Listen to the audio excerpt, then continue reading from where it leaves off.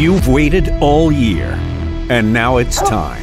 The largest event purse in United Kennel Club history. The field is whittled down from over 1,300 qualifiers. 96 of the best advance to the finals and take their shot at the $250,000 total purse. It's the United Kennel Club's Tournament of Champions. Who will go home with $50,000? Let's make history. It's time. Are you ready?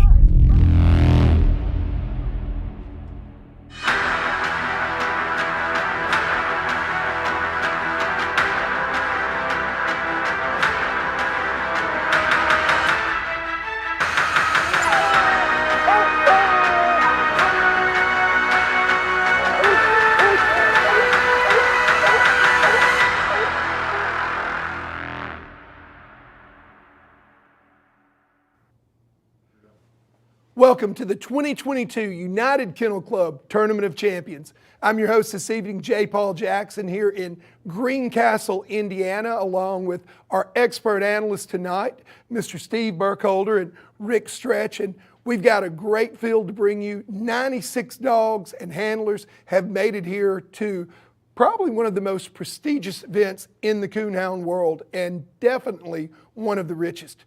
Over this weekend, there'll be $250,000, $250,000 in the purse. And tomorrow night, our Tournament of Champions winner will take home a cool $50,000. Now, over the next two nights, we're going to bring you a lot of the action live.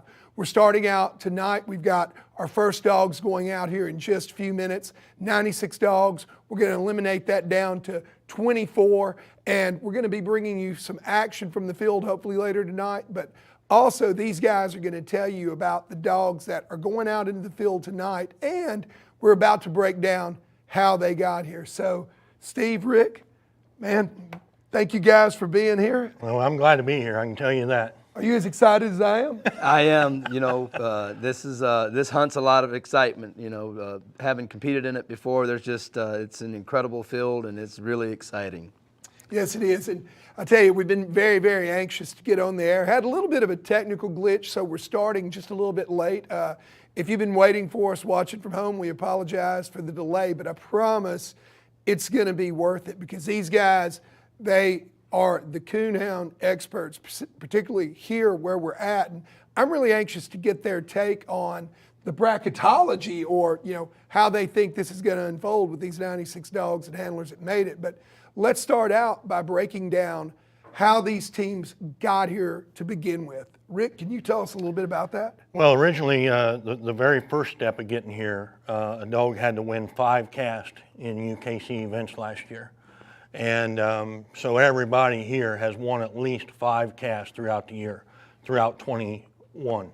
And so with that, we know that we got some of the cream of the crop here. That's not saying that they all just competed in 5. It may have took some of them 7 or 8, 9, 10 casts to get here. But that was the first step of making qualification towards making the finals. Great. So you got to win 5 casts to get here.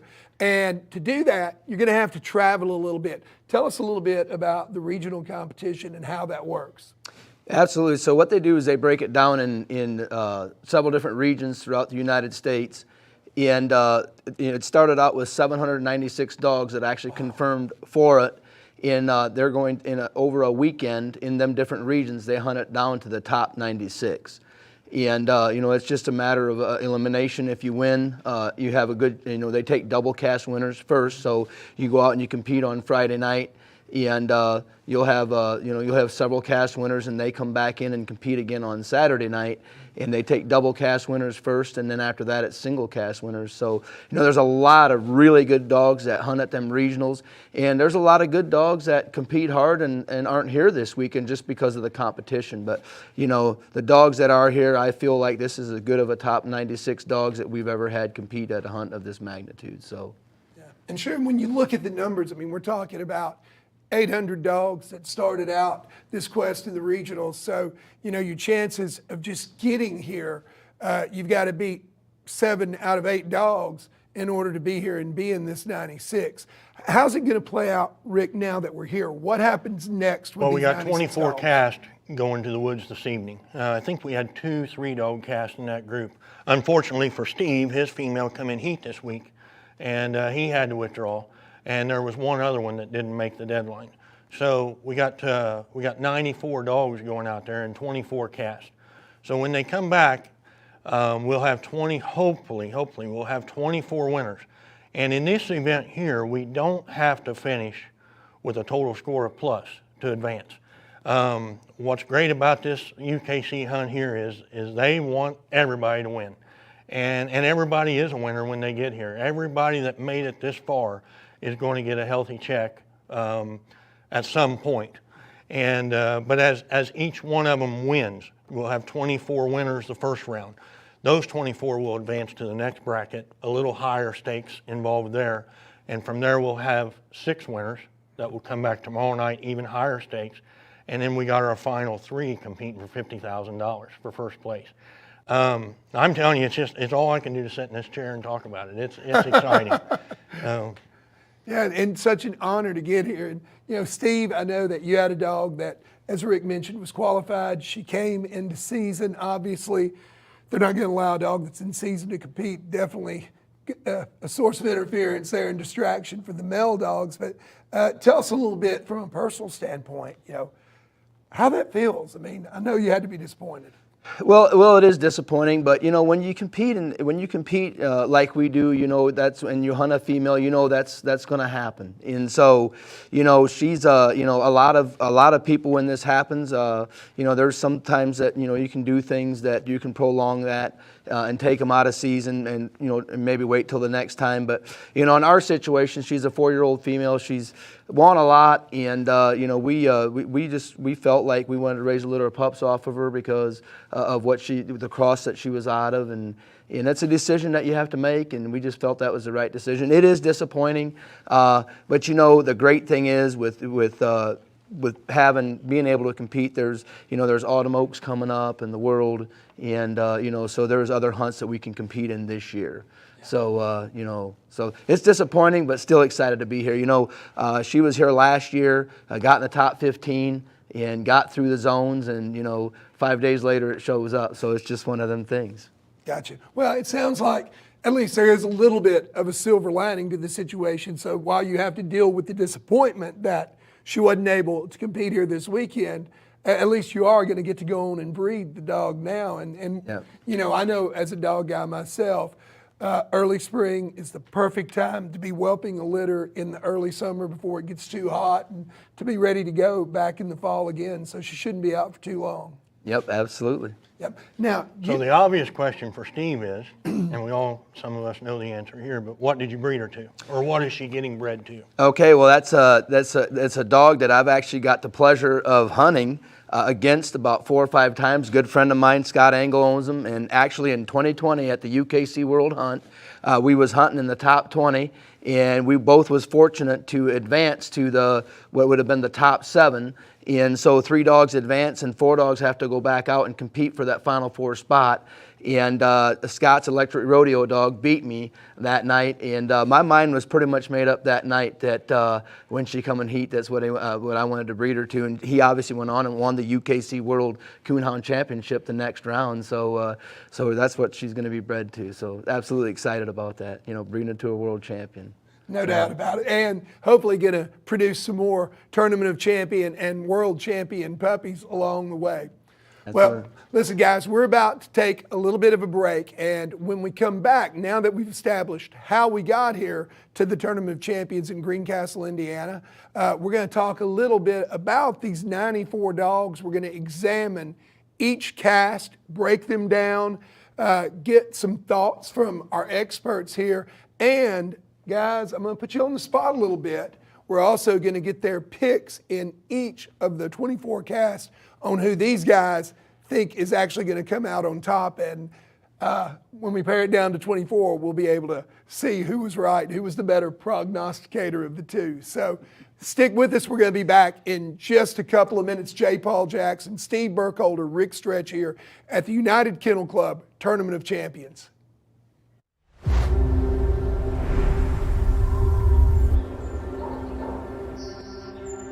they're partners, ready to do whatever it takes. Athletes that pound for pound can outrun, outwork, and outperform anybody you're watching on Sunday. No contract required. You don't waste that kind of potential. You train it, fuel it, unleash it. You activate the power that sits ready and waiting inside every fiber of muscle. You fill every last cell with the energy to push harder than whatever gets in the way. You turn drive into overdrive, natural ability into legendary status. And to do it, you need nutrition that holds nothing back. The Eukanuba Premium Performance Lineup. Built to run full throttle on protein and fat, then find another gear. Made with nutrients that are customized for what your dog does. GI technology that supports optimal nutrient delivery. And an antioxidant cocktail that helps day 3 feel like day 1. Where your dog peaks depends on how far their fuel can take them. The Eukanuba Premium Performance Lineup. 4 formulas to hold nothing back.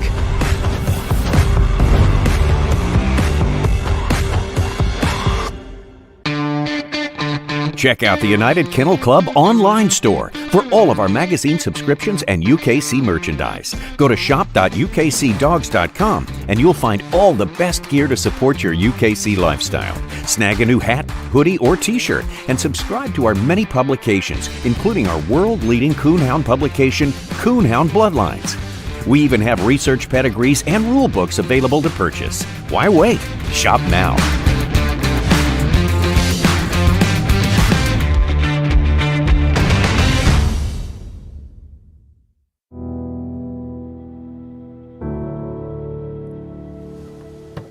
I used to play music, played in bands when I was younger. I remember the very first time I ever went on stage, and the first time I'm playing in front of a real crowd. I walk up to that stage, to that trailer, and all of a sudden I feel my knees knocking against the side, and I'm like, oh my God, I'm getting butterflies here. I get that same feeling, especially in a hunt that is a big deal. It's one thing just to participate at your local club, but when you come to an event like the World Championship was always one of those for me. This is an important event, something that you put a lot of work into with your dog, and now the time is here and you hope your dog is going to perform like he had been, you know. Get out of the truck, go back, get your dog out, pet him up a couple times, you know, talk to him a little bit. And here we go, and then it's like you just feel those same type of butterflies. And I always thought that it's good to have butterflies. If you don't get a little bit of that excitement, you probably don't have that passion.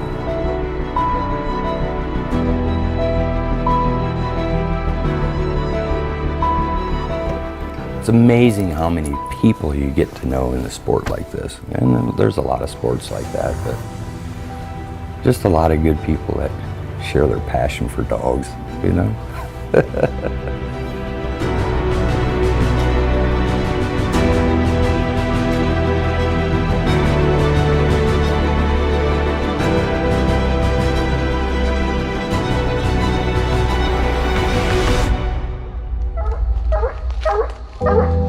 Tell me when.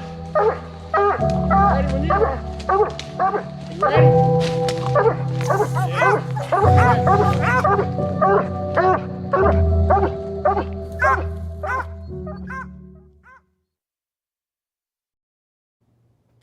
Welcome back to the United Kennel Club Tournament of Champions here in Greencastle, Indiana. Now, before we went to the break, we talked a little bit about the 96 dogs that qualified, how they got here. Now we're going to talk a little bit with our experts here about the dogs and handler teams themselves, starting with our first cast. Now, this cast has 3 dogs in it. We have actually 2 casts that are going to have only 3 dogs. The other 22 are all going to have 4. I believe, Rick, you got to talk to a couple of the handlers I did. in this cast. Why don't you tell us a little bit about dog number 36? Yeah, dog 36 is Bowman Schooner River Ghost. He was born in August of 2019. He's owned and handled by James Bowman, and they're from Stanton, Kentucky. And right off the bat, we got a little bit of a story with them. They acquired the pup at 8 months old, and it looks like they may have got him from Luke Stark. And I mean, everything comes around in full circles. Luke Stark judged the 2021 World Hunt Finals, and so Luke's been around the horn. He knows what good dogs are, what good bloodlines are. He bred his female to Fred Bear, and that's how we've got Schooner River Ghost competing tonight in Cast 1. Like I said, James Bowman will be your owner and handler, and they've owned him since 8 months of age. One thing that kind of struck me on a positive note was they've already got 4 cast wins for next year's TOC. They only need one more win here this weekend to be qualified for the TOC next year. They also lived in Kentucky, and I asked them how far they lived from Lancaster. And they were like 30 minutes from Lancaster, but come to Mount Gilead to the zones, to the regional. And I asked them why, and they said just because of the number of coons. So they come up there and won their cast both rounds, Friday and Saturday. Kind of low scores for Ohio, but they got away with 2 cast wins. And I thought it was kind of remarkable that they would pick a zone 4 or 5 hours away from them instead of hunting right there at home, but they made the right choice. Great. Well, so why don't you tell us, Steve, a little bit about dog number 4? Absolutely. So Cooper Creek Just Because is actually owned and handled by Justin Cooper. And talked to him today. They're really excited to be here. You know, he hunted out of the Iowa zone. The Iowa zone was an extremely tough zone. They doubled up there. They had a pretty good cast win on Friday night. Probably didn't have enough to get in. Went out on Saturday night, had a really competitive cast, and he ended up pulling the win off at the end. You know, this dog has been around the winner's circle. You know, last year he was in the High Point in Missouri, a High Point dog in the state of Missouri, and asked him how he's looking. He said he's looking good, and they was really excited to be here tonight. So, really good dog. Awesome. And finally, we round out our cast number 1 with dog number 86 Diesel. Yeah, Carolina Blue Diesel, owned by Steve Cromer. And Steve's from Palmyra, South Carolina, and he hunted at the Georgia zone, another double cast winner. Relatively low scores. I believe that zone was in northeast Georgia, and it's a little bit tougher up there. He had 150 plus one night, 175 another. He gets his points, he keeps them. He stays out of trouble. He also has 4 out of 5 of his cast wins for next year's TOC. I mean, it's phenomenal. These guys are coming back next year, and that's what you see a lot of when those guys come through this afternoon. They were already looking forward to next year. This dog Diesel was also a World Hunt finalist in 21, so he's a 2016 blue tick male. Awesome. Well, that rounds out our cast 1, 3 dogs, 4, 36, 86. Before we move on to the second cast, who you picking, buddy? Well, I'm gonna stick with Cooper Creek just because. I just think that, you know, all 3 of these dogs are double cast. You know, they've always double cast winners there, so they're consistent. I just think that I think with him being consistently last year, you know, the High Point dog in Missouri, that's no easy feat. And I'm gonna pick Cooper Creek just because to win the cast. How about you, Rick? I'm going to go with Ghost. Those guys drove between 4 and 5 hours away from their zone and competed in Ohio, and our club handled that region. And I'm going to go with Ghost tonight. So I'll probably be the winner. So there you go, guys. We've got our first picks, and already Ghost is off a bear. He's a good one. Yeah. right off the bat, these guys, they are in disagreement. And I'll tell you something I've learned. You get 3 dog guys together. The only thing that 2 of them are going to agree on is that the third one's doing something wrong. All right, guys. Well, thanks for the breakdown of cast 1. Let's move on to cast 2. Now, this cast has 4 dogs in it. Really, really nice field here. Steve, tell us about dog number 10. Absolutely. So dog 10 is a dog called Busrow Creek Hawk. He's owned and handled by Wyatt Monin. He won at the Iowa zone. This dog he's competed him quite a bit. He's a 5-year-old male. He's got over $16,000 that he's won in lifetime earnings with him. he said it was a tough zone that he come out of, but he won his cast the first night, only had 100 plus, knew he had to have a cast win the second night, and said he looked really good the second night, and he felt really good coming in here. Fantastic. All right, Rick? I think Steve had all of these dogs in, when they come through the line on cast Yeah. 2. So the next dog is Beach Fort Kate. David Gillespie hunts her, and you know, he didn't have a whole lot to say. Again, he come out of the Ohio zone. He felt like he was pretty fortunate. You know, again, he had won his cast on Friday night with 250 plus, on Saturday night with 325 plus, and you know, he said she's been looking fair. He was pretty excited to be here. The next dog is the Kentucky River Nitro dog, and there's a little story behind this dog. So he's owned by Jimmy Reese, and he's handled by Aaron Gray. Now, Jimmy's not here, and for the black and tan fanciers, Jimmy has owned some really, really good dogs. One notable called Set 'em Up Ace, which is a dog that goes, you know, that people talk about, you know, talked about for a long time and still do. And Jimmy couldn't make it, but his boy come up, and you know, they, you know, the dog that they're hunting goes back to a lot of their old bloodlines, so they was pretty excited to be here.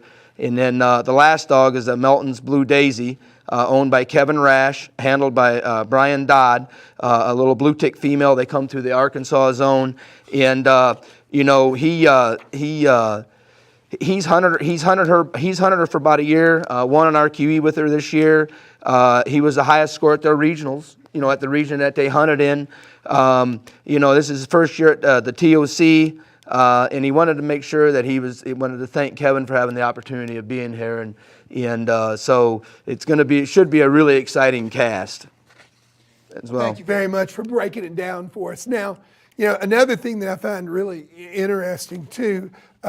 You know, we've got, of course, Mr. Reese here, Jimmy Reese, legend, and Ace, a legendary dog. Their fellow Tennesseans, of course, their handler, Aaron, I believe it is, hails out of Kentucky.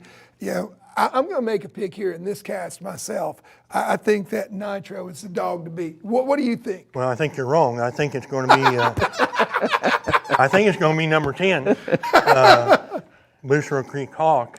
And I'm familiar with the bloodline.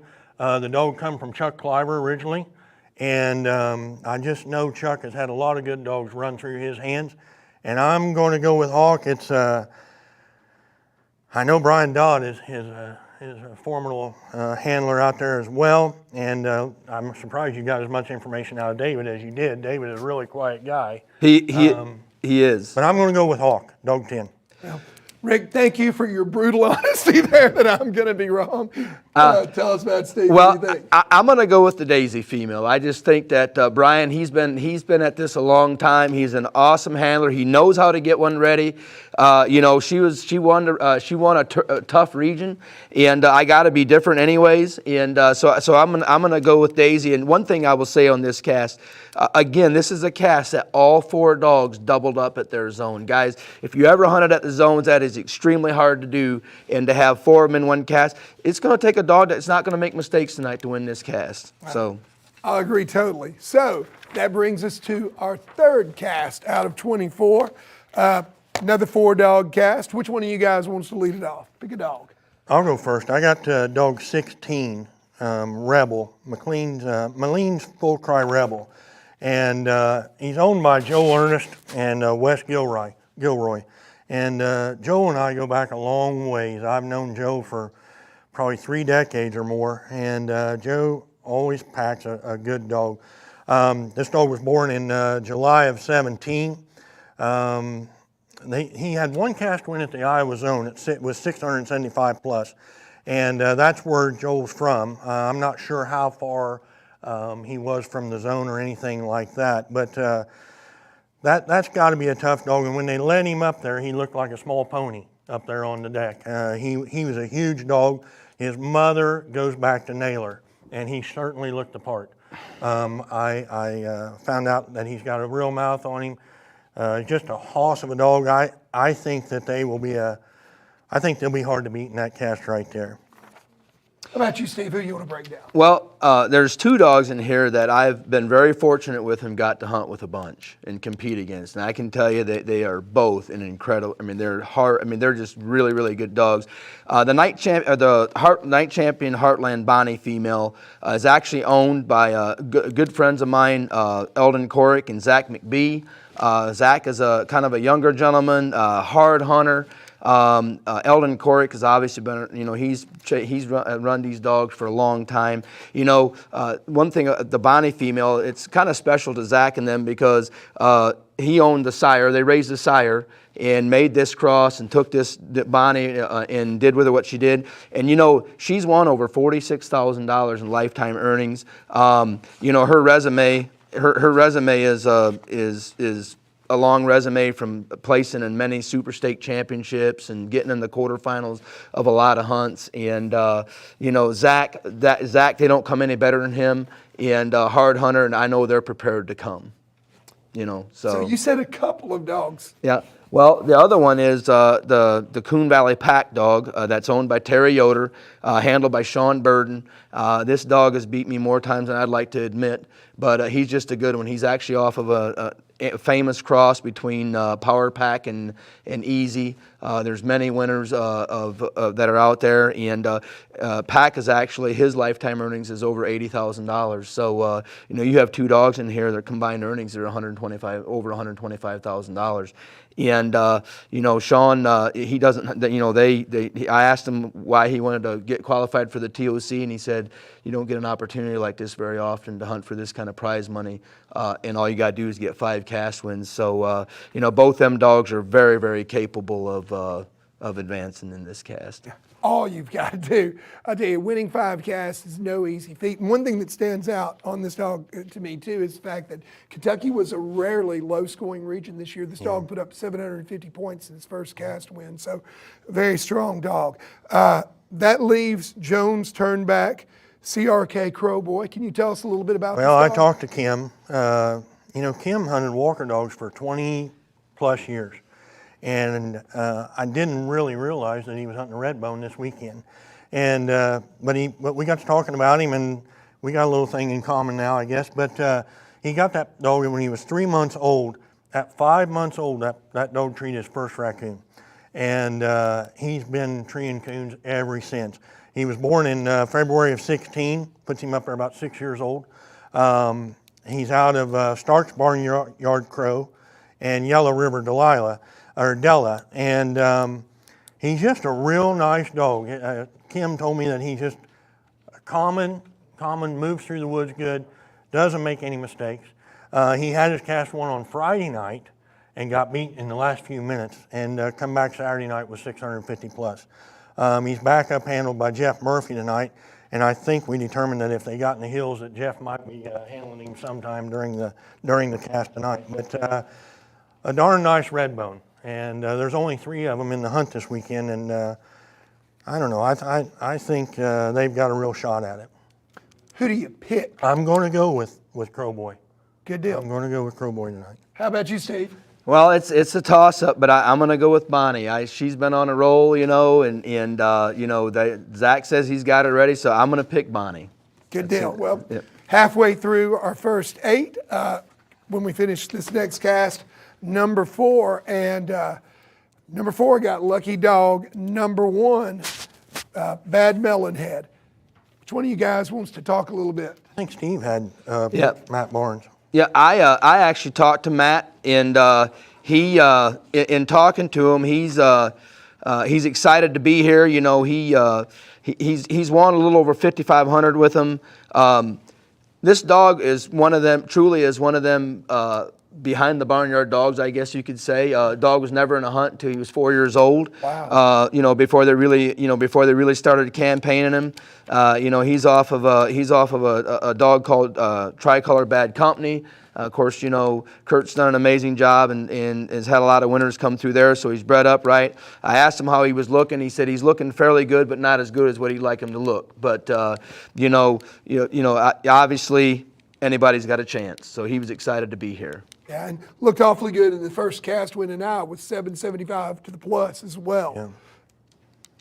Iowa's a tough zone. I mean, the conditions up there. Every hunt I've hunted on in Iowa, the terrain is rough up there, and I'm assuming that the terrain that they were in was probably rough in some places. So, yeah, 775 is a good score for that dog. Yes, sir.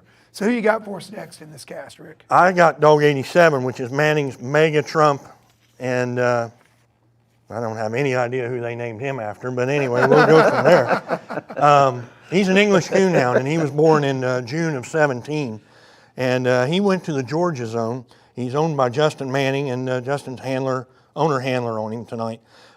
He won his cast both nights. Won coon, stayed out of trouble both nights, and he's an English dog that just floats through the country there, makes all his barks count, and he keeps his score once he gets it. I got, let's see here. He was raised up in Northeast, I believe that's the right one. Yeah, he was raised in Northeast Georgia, which it's tough hunting up there. And when you get a good one come out of that area up there, it's good everywhere. I hear you. So who do we got coming in with those? Well, you know, there's a dog in this cast that for the last year has just been tearing the circuit up, I guess you could say. The dog has won over $100,000. Wow. And it's Thunderbird's Dominator by Joe Manning. And Joe is a very, Cole McVeigh owns the dog and has competed him some, but he couldn't be here this weekend, but Joe brought him up here. And you know, the dog's just a three-year-old dog, and to have that kind of a resume behind him, you know, he's won numerous, been in the semifinals and the finals of a lot of different events. He's very consistent. You know, I have not personally hunted with Dominator, but I've had a lot of my friends that have, and you know, he obviously is doing something right, because you just don't luck in and win over $100,000. And then the last dog in this cast here is a little female called Sloan's Hard Rock Lil, and you know, I talked to them guys on her. Sam Drain actually owns her, but Josh Livingston is hunting her. And he's been handling her for about 6 months, and she actually made the top 100 of the UKC World last year. She was a double cast winner at the Grand American. This is his first time at the TOC. Again, asked him why he's here for, and he said it's too big of an opportunity to pass up. So they was glad to be here, and they also have cast wins for next year to come back to next year's TOC. So super excited to be here. She's a grandpup of Frisky, which was kind of exciting for me. Okay. Yeah, she's a grandpup of Frisky. Josh Sloan and Ray Richardson had her up there in northern Ohio, and she started early. She had some degrees by 10 or 11 months old. So in Frisky won the World Hunt, UKC World Hunt in 2012. Yeah. So yeah, so there's no wonder that they're here. You know, yeah. Absolutely. So who do you pick from this? I'm going to go with her. I'm going to go with Lil tonight. Good deal. So I think I know, but tell us, Steve, who you looking at? Well, I really believe. I mean, I think this will be a competitive cast, but I think when it comes right down to it, I think Dominator will dominate this cast. I really do. He's just, you know, he's that kind of a dog. This area this country should really fit him. So I believe he will be the cast winner. No doubt. And with over $100,000 already in earnings, the dog Dominator has definitely lived up to his name. He's on a roll, that's for sure. Definitely. Okay, guys, we are in cast 5. Love the name of the first dog in this cast, number 34, Hope Maxed Out. Absolutely. Now, this little female, I do know quite a bit about her. She's won over $25,000 in lifetime earnings as a 3-year-old. This dog here, as Josh Lowe would tell you, she's a little house dog. He actually, when he travels and goes to the hunts, you know, she rides in the back seat of his truck. Anybody that's ever hunted against Josh knows this. You know, she's not your traditional hunting dog. She's a house dog, and you know, she's had a lot of health issues and has been able to fight through that. She's got actually a artificial hip that they had to put in her that she hunts off or whatever. So super good female.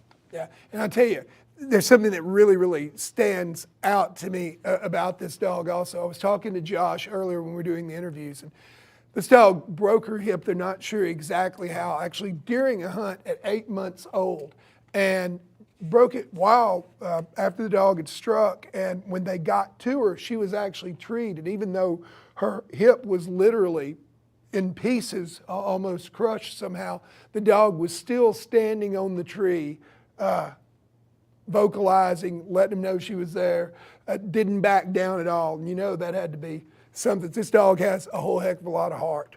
So who do we got next, Rick? I didn't interview any of this cast either. I think Steve's Well, worried he's worried about losing the bet tonight, that's for sure. Well, they say you got to do your homework. I did talk to these guys. The Time's Up Razor, owned by Cecil Simmons. Brandon Boards is handling. I can tell you, Brandon Boards is no stranger to the winner's circle. He's hunted and handled quite a few nice ones. I asked him a little bit, about the dog. He said, I've been hunting him for 5 months. He's just a coon dog. And he said, it's my first year at the TOC. So he didn't have a whole lot to say on him. The River Bottoms Baby D, Ronnie Rister owns and is handling her tonight. He's owned her as a puppy. What's really pretty neat about this, he was pretty excited about it because he hunted this dog's sire a lot. And that's kind of how it come about that he got a pup off of him. And there's something about when you have a sire, you own the sire, and you take that and take a young dog out of that and make it. So this is also his first year at the TOC. And then the Double Tough Casino. This dog here is owned by James Carter, handled by Chance Irving. He's won about $4,500 in lifetime earnings on this dog. And Chance Irving, he's another guy that hunts a lot. He knows how to get one right. He's a dog guy. So they're excited to be here. Yeah, I tell you, looking at this cast number 5, the thing that kind of stands out to me, just as a spectator, is the fact that 3 of these dogs all came in with singles. Yeah.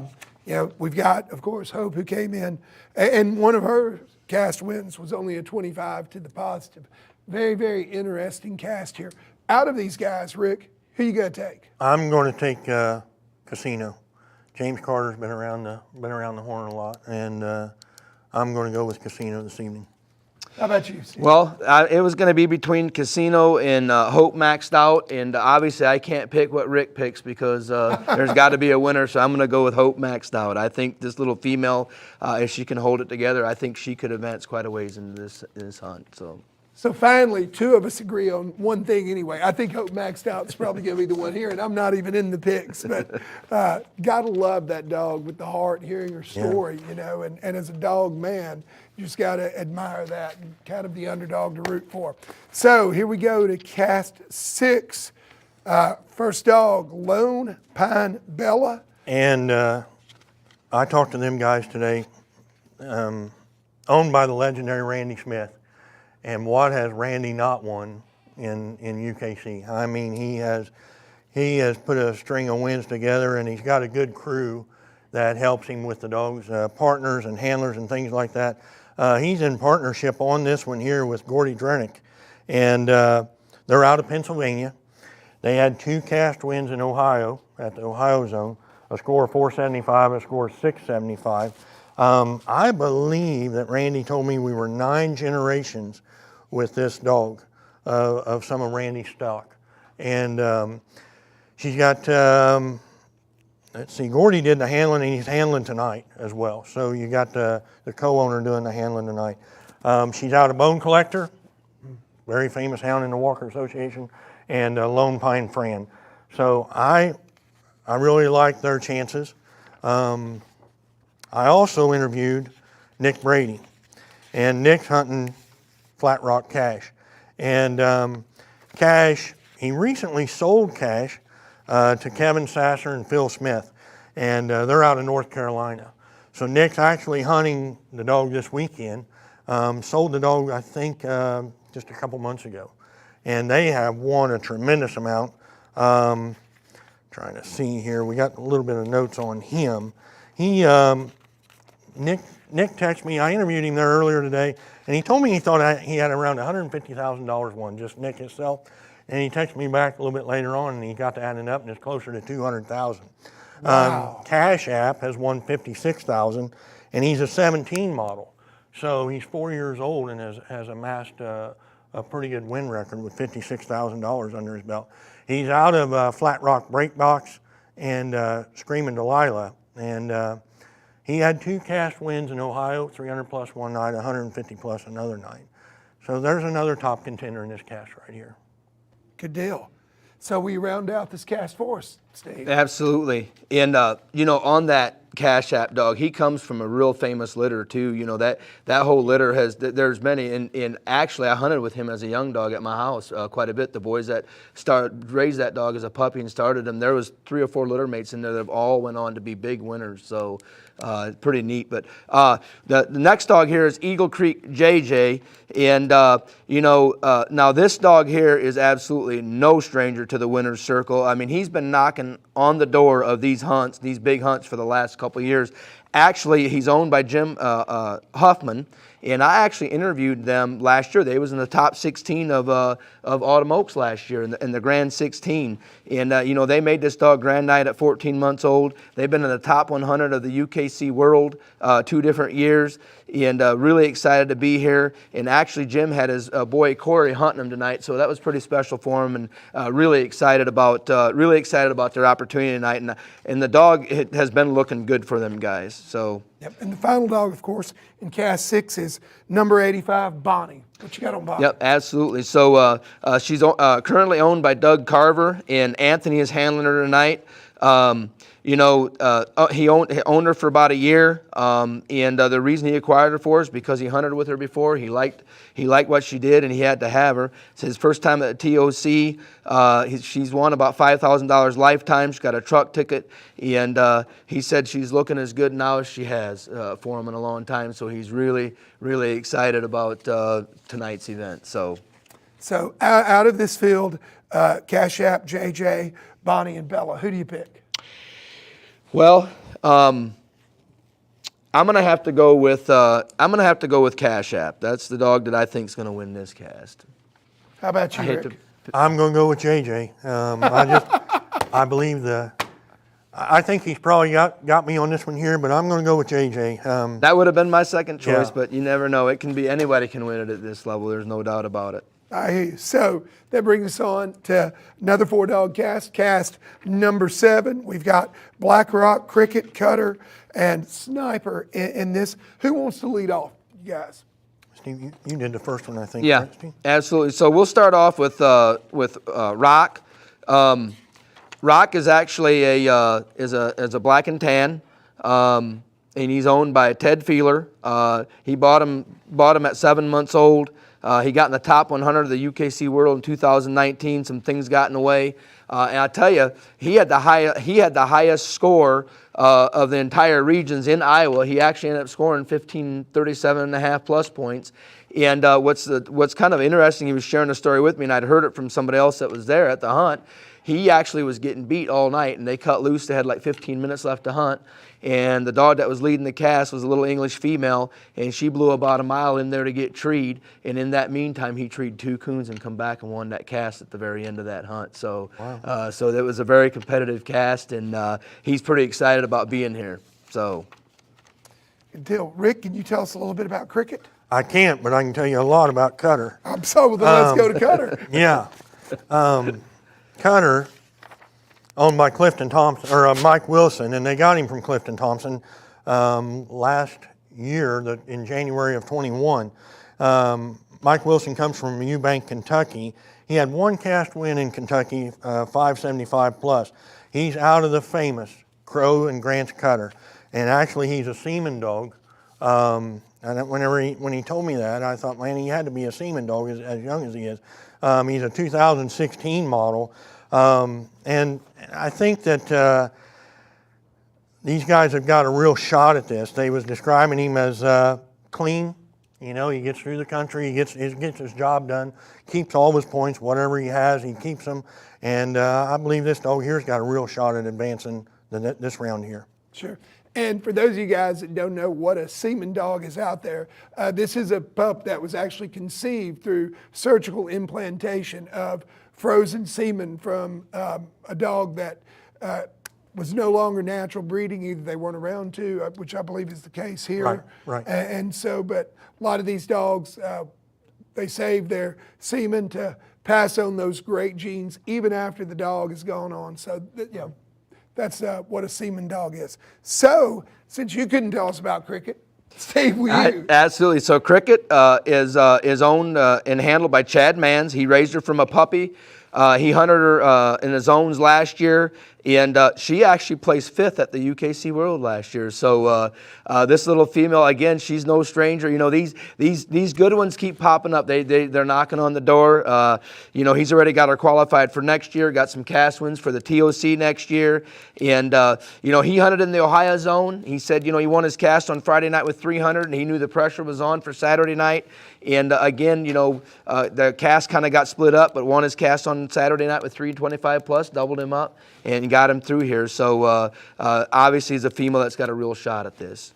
Good deal. And then who's the last dog in our group here that we haven't spoken No about? Limit Sniper. Yes, sir. And he's owned by, it surprised me whenever I read this yesterday, the information on here. He's owned by Rhonda Scott, and she's married to Peanut Scott. Peanut Scott has won a lot of hunts in PKC, and it was good visiting with Peanut and his wife this afternoon. I was really tickled to see him there, and I was really even tickled more to see him leading an English hound, something you wouldn't think you would ever see Peanut doing. A little bit of a story on that there. He was wanting a spring pup, meaning that he wanted to hunt in the spring super stakes 2 years later, and he put his name down on one, and somehow or another, the owner changed his mind. It was a walker pup, and the owner changed his mind and backed out of the deal. And this is how he wound up with this English pup, which was a spring pup as well. So just a little bit of history on Peanut. I asked him what his lifetime earnings were. $85,000. Wow. Okay, and this pup here has won about 2,400 in PKC and other registries so far, and he's a 20 model, so he's real young. One of the youngest ones that I interviewed today. But I think Peanut's been around the horn a bunch. He had 2 cast wins in the zone that they competed in, and I just believe that I believe they've got a real shot at winning this thing. So is that who you're going to pick? That's who I'm going to stick with. Good deal. All right, so we got your pick, Rick. Steve, who you looking I'm at? gonna pick Cricket. I think she's, you know, she's consistent. You know, she's showed that she can win at the big stage. So I'm gonna go with Cricket. Good deal. Well, and before we go to break, that brings us to our 8th cast and final we'll talk about before we take it to commercial. We've got in this cast dog number 20, Kane, 31, Tim, 42, Willow, who is absolutely one of my favorites, and number 50, Sky. Which one of you guys wants to lead off? Well, I'll start out with the Kane dog. The Kane is owned by Jack Maggart, and you know, he's had him since December. He's won over $14,000 in lifetime earnings. He was a quarterfinalist in the Nationals, quarterfinalist in the Super Stakes. His first year at TOC, has already got him qualified for next year's TOC. So he, you know, this dog's got a real shot. He's a consistent dog. You know, he doubled up in the Ohio zone again, another really tough zone, and so yeah, absolutely got a really good shot. You know, very consistent. What about Tim? I think Steve's got Tim. Okay, I did have Tim. So this dog here is owned by Riley Schenkel, and John Hill is actually handling him. He's hunted him for about 3 years. He won the Pennsylvania State Championship. It's his first year at the TOC. He was fairly quiet on him. He was kind of a quiet gentleman, but you know what? I asked him what he thought his chances was, and he said, "Well, there's 96 here. There's somebody's got to win it, right?" So I like that answer. So absolutely. Amen. And I believe Rick, you talked to dog number 50, Backwoods Sky. I did, yeah. I talked to them guys. They hunted the Ohio zone with this dog. We're talking about Backwoods Sky. He's a 2019 model. He's out of Redneck Backwoods Shack. And we know what Shack has done to us this weekend. He's got 5 offspring in this hunt this weekend. And what a phenomenal accomplishment for those guys. They won their cast one night with 900 plus, got him into the top 96. And he's owned by Timothy Deck and Austin Deck, father and son team there. I talked to him a little bit there. He only needs one more win to be a grand. He's a show champion, just recently got his show champion title.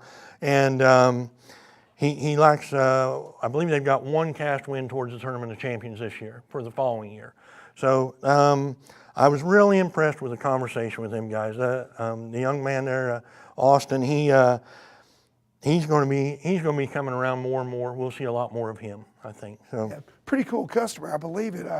Was he the one that pouring down rain kept him in the truck the next night? I think, no, that was Dakota Scott, which we'll get him a little bit later on. But yeah. Sorry about that. Yeah, yep, So, yep. yep, Scott, really neat dog. Yeah. Bench champion.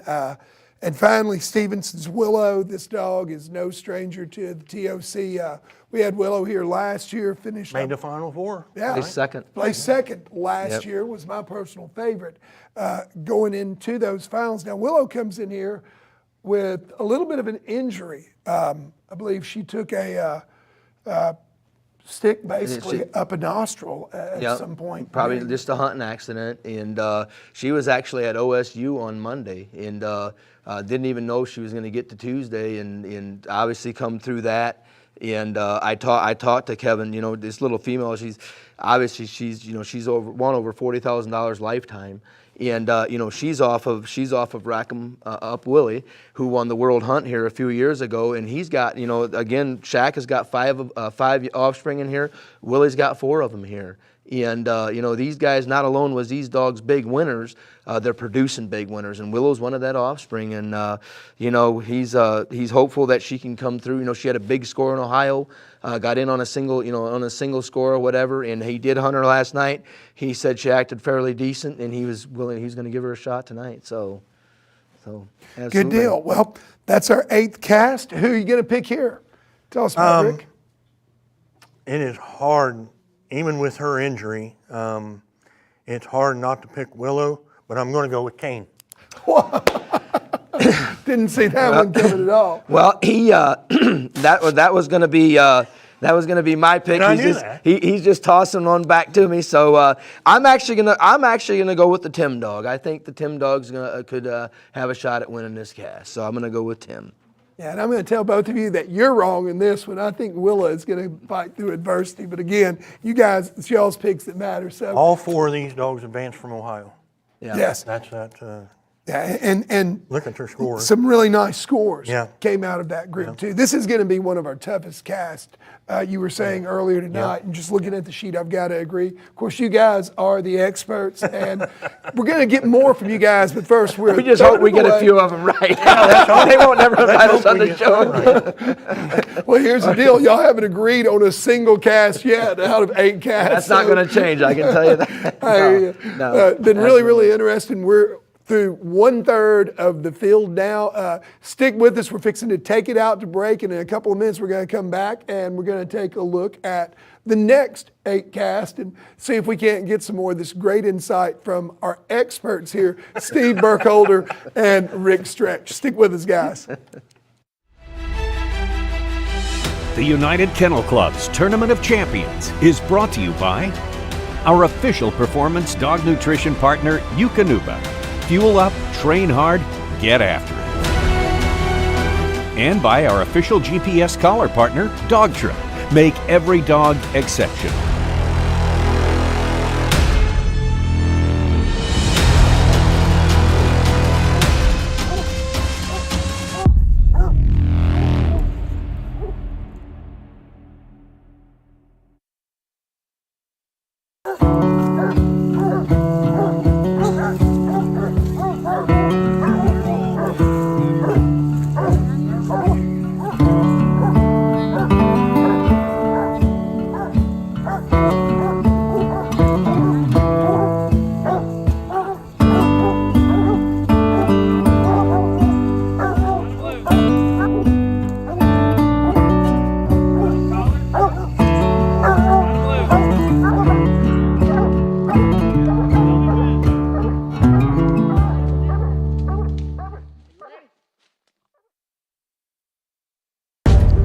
They're partners, ready to do whatever it takes.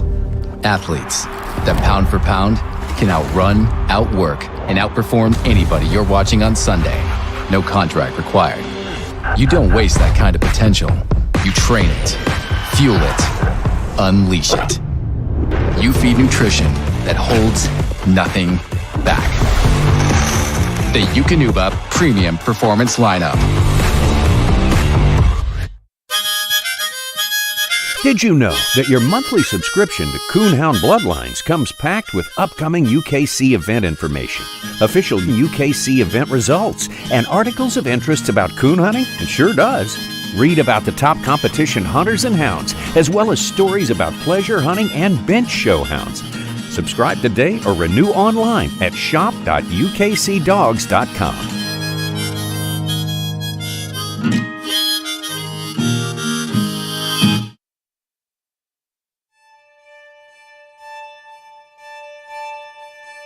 This is no ordinary puppy.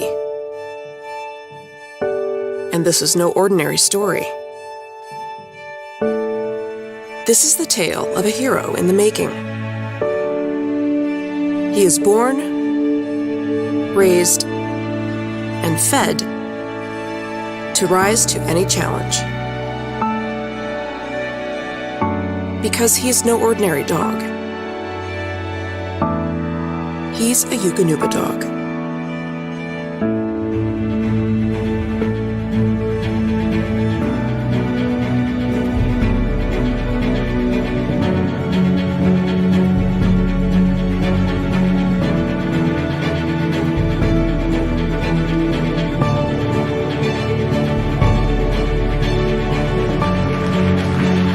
That's it. Come on, boy.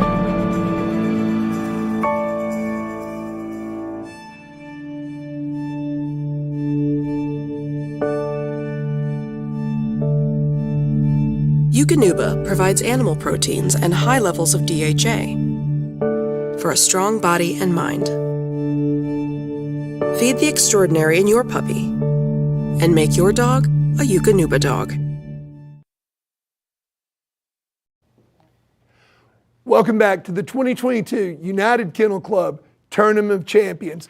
One of the richest coon hunts in the world, and got a great field, 96 dogs, 24 casts going out tonight. Of course, if you've been with us, you know that I've got our expert analyst here with us, Steve Burkholder, Rick Stretch, and we've been breaking it down tonight cast by cast. So far, we've made it through the first 8 casts, a third of the field, and we're about to go through the second third of the field, starting with talking about cast number 9 here. Breeze, Tight, Joe, and American Power Trip. Really powerful flight of dogs. You guys were saying earlier this could be a really, really tough one. Tell me, you started off for us here with these dogs. Absolutely. Well, I'll start off with Spring River Joe. You know what's awesome? I mean, this dog is owned by Vic Hurley, and he's actually handled by Connor Dree. And Connor is a young man at 21 years old. He's really super excited to have the opportunity to hunt the hunt. He was very appreciative that Vic gave him the opportunity. He actually works for Vic. They do a lot of different things. They're in the ranching business and that kind of thing. This dog here is sired by Backwoods Shack, another one of them Shack dogs that made it through. Actually bought him off of Cheyenne, who owns Shack, and as a 2-year-old. And he was a winner. You know, he won at Winter Classic. He was highest scoring dog at English Days. You know, I was asking Connor what his thoughts was on this hunt. He said, well, this is the biggest hunt I've ever competed in.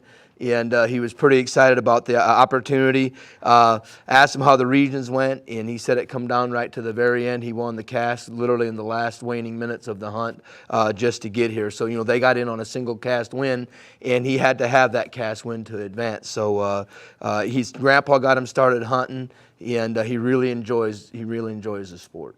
So. Fantastic. All right, you want to talk to us, Rick, a little bit about Breeze? I do. One of the few casts, and I've got 2 or 3 of them here that we're going to talk about. And but Breeze was the first one. Cody Long, owned by Cody Long, English female, 6 years old. They competed in the Iowa region, and they won their cast one night with 650 plus. I talked to Cody a little bit, and she's one win away, I believe, from the 2-time Macon Grand Night champion. And that's quite a feat in itself. There was a few of those that come by this afternoon, and I'm amazed at those guys that finish their Grand Night degree and then continue on, just keep right on hunting them and finish their next Grand Night degree. But the Tournament of Champions is going to create that. As they need their 5 cast wins each year, that's going to create that. They describe her as independent dog, keeps her points once she gets them. She stays in pocket, she stays in hearing.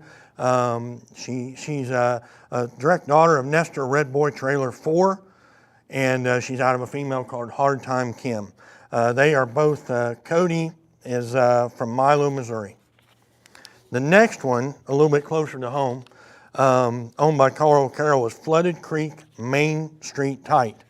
And Tight is an English dog. Another English dog too in the cast. Yeah, another English dog. And I've talked to Carl up at the zones. They qualified, they got here going through the Ohio zones.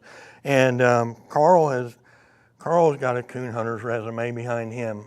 Winning the ACHA World Hunt would have been in the mid 80s, I believe it was. And I've known Carl for 40 years probably. And so anyway, we talked about Tight a little bit. Chad Reisner is the handler on Tight. She won her cast one night up there in Ohio, scored on 900 plus. Chad's a man of few words. He spends all his time in the woods. He's handled her about a year now. Hasn't had her in a whole bunch of hunts, but I think that they'll be a formidable duo this weekend for sure. Yeah, and finally that brings us to Trip, yeah, American old Trial Trip. And my gosh, what can be said more about Trip? Looking at through our notes here, he's owned by Ashley Guthrie, and he's handled by Cody Bain. Trip made the Final Four here last year. Yep. And when I talked to him about it, I asked Cody, I asked him how much earnings he had in his lifetime, close to 100,000, and Cody's got to be in his early 20s. It's amazing to me how these young guys are able to accomplish so much, and Cody's one of them. Trip's got about 85,000 won. He's a Grand Night champion, and Cody's been on him for about 2 years. I think it was Cody's dad last year that handled him in the finals here before, and finished either 3rd or 4th, I think it was last year. Yeah, Trip had a little bit of a rough run there. You know, Willow and our eventual winner are the only two that really, really stood out. But coming in, Trip had come in really, really strong all the way through the finals. And this is definitely a dog to watch. And the interesting thing to me, Rick, about this cast is they're all singles getting in here. Yeah, yeah. Every one of them is a single, but a really strong cast. Who do you pick? I think I'm going to stick with Chad Reisner on Tight. I believe I'm going to go that route tonight. So I know who you're not going to pick now since he picked Tight. Who's it going to be for you, Steve? I'm going to go with the Joe Dog. I'm going to go all in with the Joe Dog. I just think that Connor and talking to them guys, them guys are hunting hard or whatever. I think the Joe Dog. It's hard for me to pick against Tripp. He beat me last year to get in the Final Four. And but I think Connor. I think he's one of them young guys that's up and coming. I think Joe Dog's going to win the cast. Yep. Good deal. So our first cast of the second third of the field. Let's go to cast number 10 now. Dogs number 2, Money, 19, Cookie, 26, Grace, and 27, Dixie. I think that you guys each had a couple of dogs in this. Why don't you lead us off with Cookie, Rick? I think actually Steve had Cookie. I'd like to lead you off with Dixie. I'm sorry, Dixie. Yep, Dixie. And owned by longtime friends Scott Bates and Ed Bates. And they come out of the Ohio zone, 2 cast wins. And I thought all along that Rick Twining had handled her the first 2 nights up there at our zone, but come to find out it was actually Scott that did the handling on her. So my information was a little bit backwards on that. But I had Ed Bates with me on the Pro Sport live feed there, the Facebook Live back last fall. And Ed and Guy got to talking about Dixie, and there's a lot of Ed's dogs back in Dixie's pedigree. They are on a roll right now. They have been doing a lot of winning with her recently, and I think there'll be a match there that I think those two will go right on. And I'm going to pick them now and keep Steve from picking them later on. So we already know that. Rick's pick is Dixie from this cast. Yeah. I know you talked to Cookie. I'm sorry about that, Rick. I was with you, Steve, when you spoke to Cookie's owner and handler. Absolutely. Well, I've known Steve and Justin Davenport for a long time. Steve Davenport's been around coon hunting for many years. Justin, when he was a kid, didn't even have a driver's license. Used to come up. They used to come up from Kentucky and hunt with us when our season would come in and that kind of thing. And this Cookie female, I mean, she's got a resume. She's got over $64,000 won lifetime earnings. She's won a truck. She won a truck. I actually judged her the night before in one of the rounds where she won the truck hunt that year. They've been on a roll with her. Cody Carter is hunting her. Cody Carter was one of the judges here last year, one of the main guys that helped put this event on. And now this year he's going to get to hunt her. So this female has got a real shot. She's very consistent.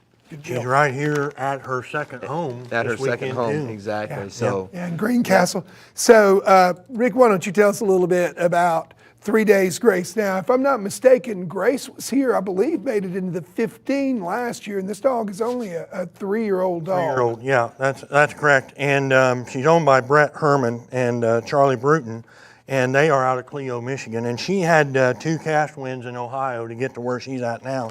I've been hearing a lot about Grace. She's been hitting the headlines here back and forth for the last few months, and they're doing a lot of. She's on a roll right now. $4,200 won here recently, and another shack pup. It's crazy that he's got 5 of them in here, but she's a popular dog, and I think that those 2 guys they could be powerhouses as well. Good deal. How about a little bit of money? well, this a little bit of money is a young dog. So Very young. He actually, I got to interview Kevin with him. He made the top 16 of grands at Autumn Oaks, and back then he was 13 months old. Underneath the new formats, the youngest grand night at that age, he made grand before he was 12 months old. And and obviously, he goes to Autumn Oaks, hunts him there, and he gets in the top 16 of grands there. He's got a little over $4,000 lifetime won on him. He doubled him up at the Super Stakes.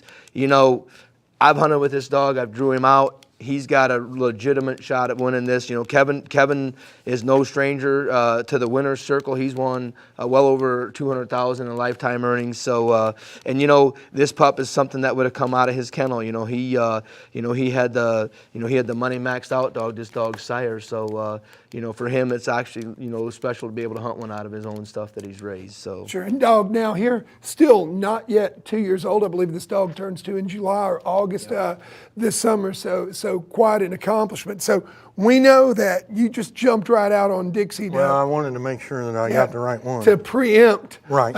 Mr. Burkholder here. Steve, who's your pick? absolutely. Well, let me say about this cast, I really believe, looking at this cast of dogs, this is absolutely one of the toughest casts here tonight. I mean, none of these guys are going to be able to walk in here and just blow this cast away, I don't believe. I think that, this is a little bit more of money's territory. I mean, this is kind of his hunting. This hunting that we have here is going to fit his style a little more. I really believe that little bit of money will win this cast, come out as the winner. So, and I think he could go a little farther than that. I really And do. that's an awfully bold pick. You're talking about a dog that's not yet 2 years old. I mean, do you really think he's got the sagacity to come out here at that young an age and do it?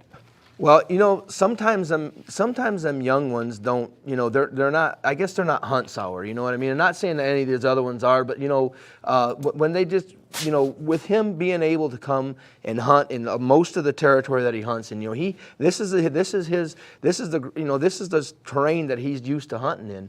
And these other dogs are from Ohio, and this terrain is definitely familiar to him as well. But I just think that he's one of them at a young age. Some of them mature young, and I really think that he's one that could advance quite a ways in this hunt. Yeah, no doubt about it. This is definitely a cast to watch. Personally, I like the 3-Days Grace dog, but again, another young dog at just 3 years old. So we're going to definitely keep an eye on this cast. Now, all these dogs doubled up with great Yeah, they've all scores won at 2 their casts. zone. They won 2 casts, and they did it by training multiple coons. You know what I mean? Coming out of what I believe 2 of the toughest zones out there in Iowa and in Ohio. So definitely going to be one to watch. Yeah, Cast absolutely. number 10.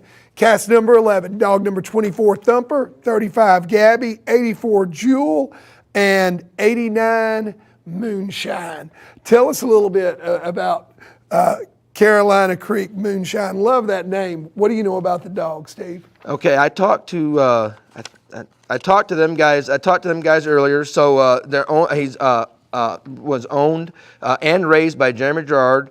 Raised him as a puppy. He's got $5,700 won on him lifetime. You know, this dog was in the top 64 of the TOC last year. So he obviously is he knows what it takes to get back here, and lost a close cast last year. I think he said by 25 points, and he was hoping that would turn around this year. He won 2019 Southeastern Walker Days. I know his boy Austin, or not his boy. He has a young man by the name of Austin that been doing a lot of winning with him in the youth hunts as well. So he's a 2-time Grand 90s HTX2. And they come out of the Georgia zone with a good score, and 775 plus where they're hunting at is not an easy feat. So I would say he's one that's going to be reckoned with. Good deal. So how about Gabby? Rick, I believe I saw you talking to Gabby and her handler earlier today. Yeah, she's owned by Nick Emmel, and man, what an impression Nick makes on everybody. He's from Bluffton, Indiana, and he's had a line of dogs here, and I think Gabby is a daughter of his Abby female, Johnson Creek Abby. He bred Abby, at least I know of, twice. Once to Willie, world champion Willie, and once to Fred Bear. And this one here is out of Fred Bear. And then one of the Willie pups, this Connor McGregor, I think is his name that JR's got, is the other one. So, Nick's got a little bit of pride walking around through the crowd today with 2 pups out of his older female. And the one we're talking about here is Gabby. And she's a 2018 model. She won 2 casts in Ohio. She had 50 plus one night. She kind of pulled a bonehead move on him. She had more score than that, but kind of pulled a bonehead move on him and dropped him down to 50, but he was still able to keep the cast win. And she had 450 the other night. Nick's a quiet guy. Steve's been around him many years. I think they'll be a tough match, and if Steve doesn't pick her, I probably will. Well, there you go, Steve. You got it. I'm giving him a chance this time. You're giving him a chance. Yeah. So, Steve, talk a little bit about Hardwood Thumper. Well, Hardwood Thumper is owned by a really good friend of mine, Randy Lawson. Randy Lawson's been around these hunts for a long time, been around hunting for a long time. He just bought him here, I think, less than a year ago. And I can tell you, if Randy has him for any amount of time, he's got to be something decent, because Randy's not one that keeps one around if you don't like him. And he's actually being hunted by another friend of mine by the name of Rick. And Rick is excited to be on him. He knows Rick Osborne. He's, again, a very competitive guy. He knows what it takes to get ready, a real hunter. They've won about $5,000 on Thumper. This was his first year at the TOC, and he was pretty excited to be here. Good deal. And finally, rounding out our field, we've got dog number 84, a Slow Talking Jewel. Appropriate name for a dog coming out of North Carolina, probably, too. Absolutely. I talked to them guys today. Again, this is another.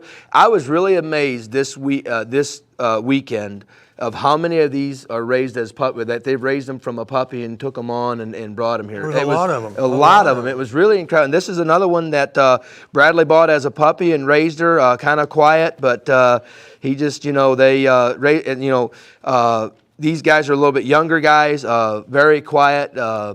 This first time they've been hunting in Indiana, they got through the zone in Georgia with a couple cast wins, and I asked Hunter if he's a little nervous, and he said the butterflies was definitely moving or whatever. But it's great to see that, because these guys are just they hunt primarily around the house, so this was a big deal for them to come up here and hunt in the top 96. So while you've got the floor, who do you pick here? Well, I'm gonna go with the Thumper dog. He's been looking good, and that's who I'm gonna pick. I'm gonna let Rick make his pick. I'm going to keep on Gabby, but I drew Thumper in the zones last year, and Rick was handling him, and they guided back over to Randy's area, and he named him right because he put a thumping on our cast that night. There you go. Just out of spite, I'm not going to pick him tonight.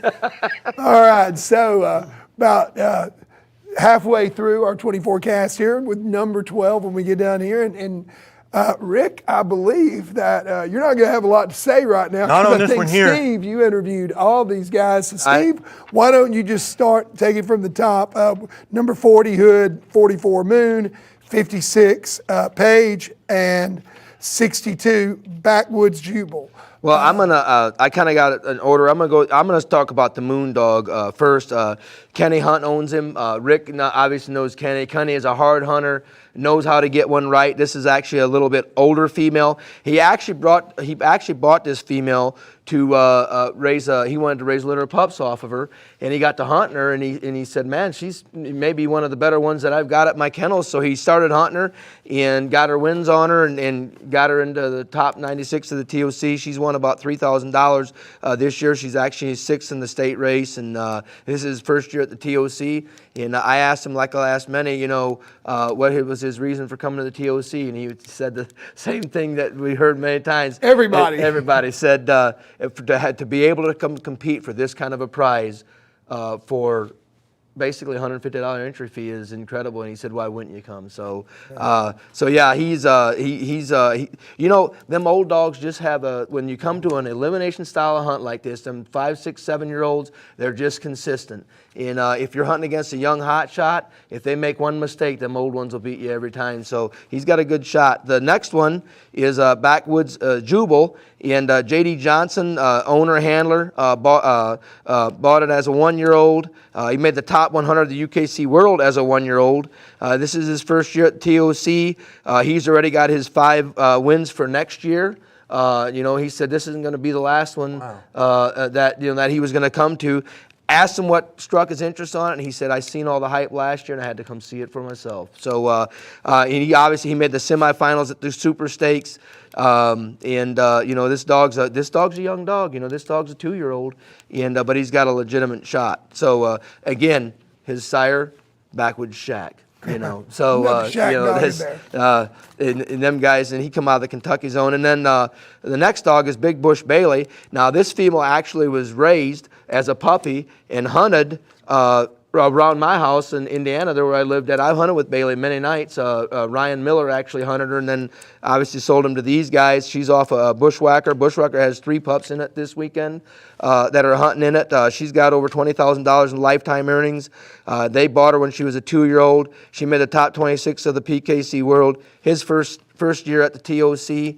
Again, asked him, because I know Kenny real well. And they're actually owned by Kenny Tresh and Gabe Seacrest. And I asked him the same thing, Kenny, and he said, well, number one, it's local, but it wouldn't have mattered if it was local or not. I was coming because of the same thing of the opportunity, So Little Female's a really good jip. And then rounding out the last dog is the Power Pack Page female. Now, this little female right here has an interesting story to her. So the guy that's hunting Page is not the guy that owned her when she got through the regionals. She actually advanced out of the Kentucky region, and after the region was over with, John Strickland and Ashley Oxendine, who I'm very familiar with, called him up, and John didn't have a dog to bring here, and he called up and was able to buy this little female to compete here. And believe me, guys, I've had to hear for the last 2 weeks how good this female is. I think he told me today that she's the last 21 trees he's looked at 19 coon, 1 den, and he really excited about hunting her here. She's won about $6,500 in lifetime. She obviously did really well at the regions, so she's got a legitimate shot as well. There's another co-owner on her, and that's Doug Galbraith. That's right, exactly, yep. So who do you pick? Well, again, this cast right here is another really tough cast. I'm going to go with Paige. I think Paige is going to win this cast. Good deal. All right, Rick, time for you to get in a word edgewise. Tell him why he's wrong and who it's going to be. Well, John hasn't had that dog long enough to know her ins and outs. And that might create That's a problem. why he's wrong. That might create a problem right there. So when the dust is settled, it's going to be Kenny, Hunt, and Moon. Good deal. Paige, Moon. All right. Once again, we're split. Now we come down to cast number Lucky 13, and once again. Oh yeah, he's got them all. He's got 'em He all. just hogged him, didn't he? He hogged 'em. I'm Well, he telling- told me to get here at 5 o'clock, and it started at 2. Well, the problem is I would send them down to Rick's and they would sit there in line, so I had to just step up to the plate, I guess. I hear you. I hear you. All right. Well, Betty, I'm going to leave it to you. We Okay. got 6 Woodrow, 53 Slim, 59 Willie's Conor McGregor. Dog, you do know a little bit about. yeah, And there's a couple of 'em 71 Rock River Sons Rock River Stoney. Who you want to lead off with? Well, I'm going to lead off with the Stoney dog. This dog here is owned and handled by Tommy Brown. He come out of the Arkansas zone. He doubled him up there. This dog's a 3-year-old. I believe he's a 3-year-old dog, if I'm not mistaken. And, he got him as a 9-month-old puppy. And again, this dog here placed in the top 100 of the UKC World last year. This is his first year at the TOC. He's won about $1,500 on him in a lifetime. He said he's a young dog, but he really felt like he had a good shot at it. So the next dog, I'm going to go to Chances Are Slim. And this dog is owned by a guy that we've known for a long time, really a good guy in the sport, Kenny Mason. And he's actually handled by Corey Sproul this weekend. Corey's been hunting him for a little over a year for Kenny. He got in at the zones, at the last cast. So in the Ohio zone, correct me if I'm wrong or not, Rick, but I think there was like 6 casts that all had the same score. Is that not right? I think that's right. And yeah. and he was one of them casts, and he broke the tie. Yeah. His cast broke the tie of them 6 same winners, so he felt real fortunate to be here. Kenny has had him pretty much all his life. So I did talk to him today earlier, and he's won roughly around $40,000 with Slim lifetime earnings. Corey was one of the few out-of-towners that was able to guide there at Mount Gilead, and he actually guided on a farm that Kenny was partners with or owns out there. So it worked out great for them guys. Good deal. So, Willie's Conor McGregor or Buffalo Creek Pop 'em Up Woody? Well, I'll let Rick talk a little bit about McGregor because he knows. I know very little about him except I see where he's won 2 casts out of the Kentucky zone, and he was the one I was telling you that is out of Abbey, Nick Emmel's female. Yep. But that's about all I know about him. I haven't hunted against him. His sire won the UKC World Hunt there at Mount Gilead Yep, the last time we had the World Hunt there, and he looked like a champ that night. He was so focused. It was a phenomenal performance by him. Well, Willie's Conor McGregor, very young dog also at 2 years old. So, Yeah, one we don't know a lot about, but one definitely to watch. Yeah, J.R. Gray, who owned Willie, owns Conor McGregor, owned him from a puppy. The pups won over $7,000 lifetime, made the Final Four pup extravaganza, the Walker Days, top 100 at the UKC World last year, top 64. And J.R. made the top 64 with a different pup last year off of Willie called Willie B. So he's obviously no stranger. He knows what it takes to win these big hunts. So he's one of the 4 out of Willie that's here tonight. That's correct. Yep, absolutely.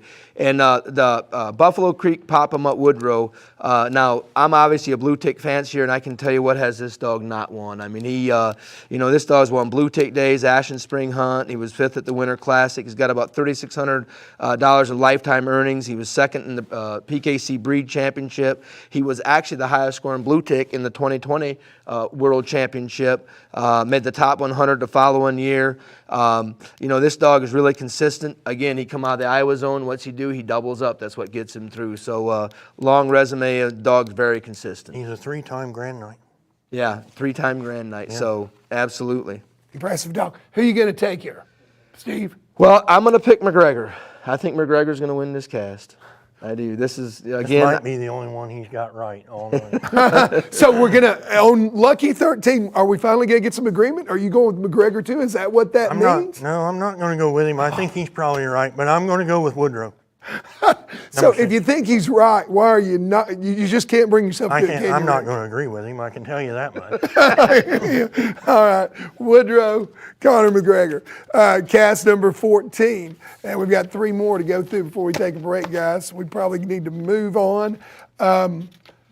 Once again, I'm looking over here. I don't have any. Did you interview anybody, Rick? No, listen, two of these I don't have interviewed, so Rick has got to have 2 of these or they didn't go through the line. I've got, I can tell you a little bit about the Himes Midnight Train Dog, owned by Jason Himes, handled by Clayton Spradlin. They raised him as a puppy, first year at TOC. This dog has won 19 out of his last 25 casts. So wow. he's coming in kind of on a roll.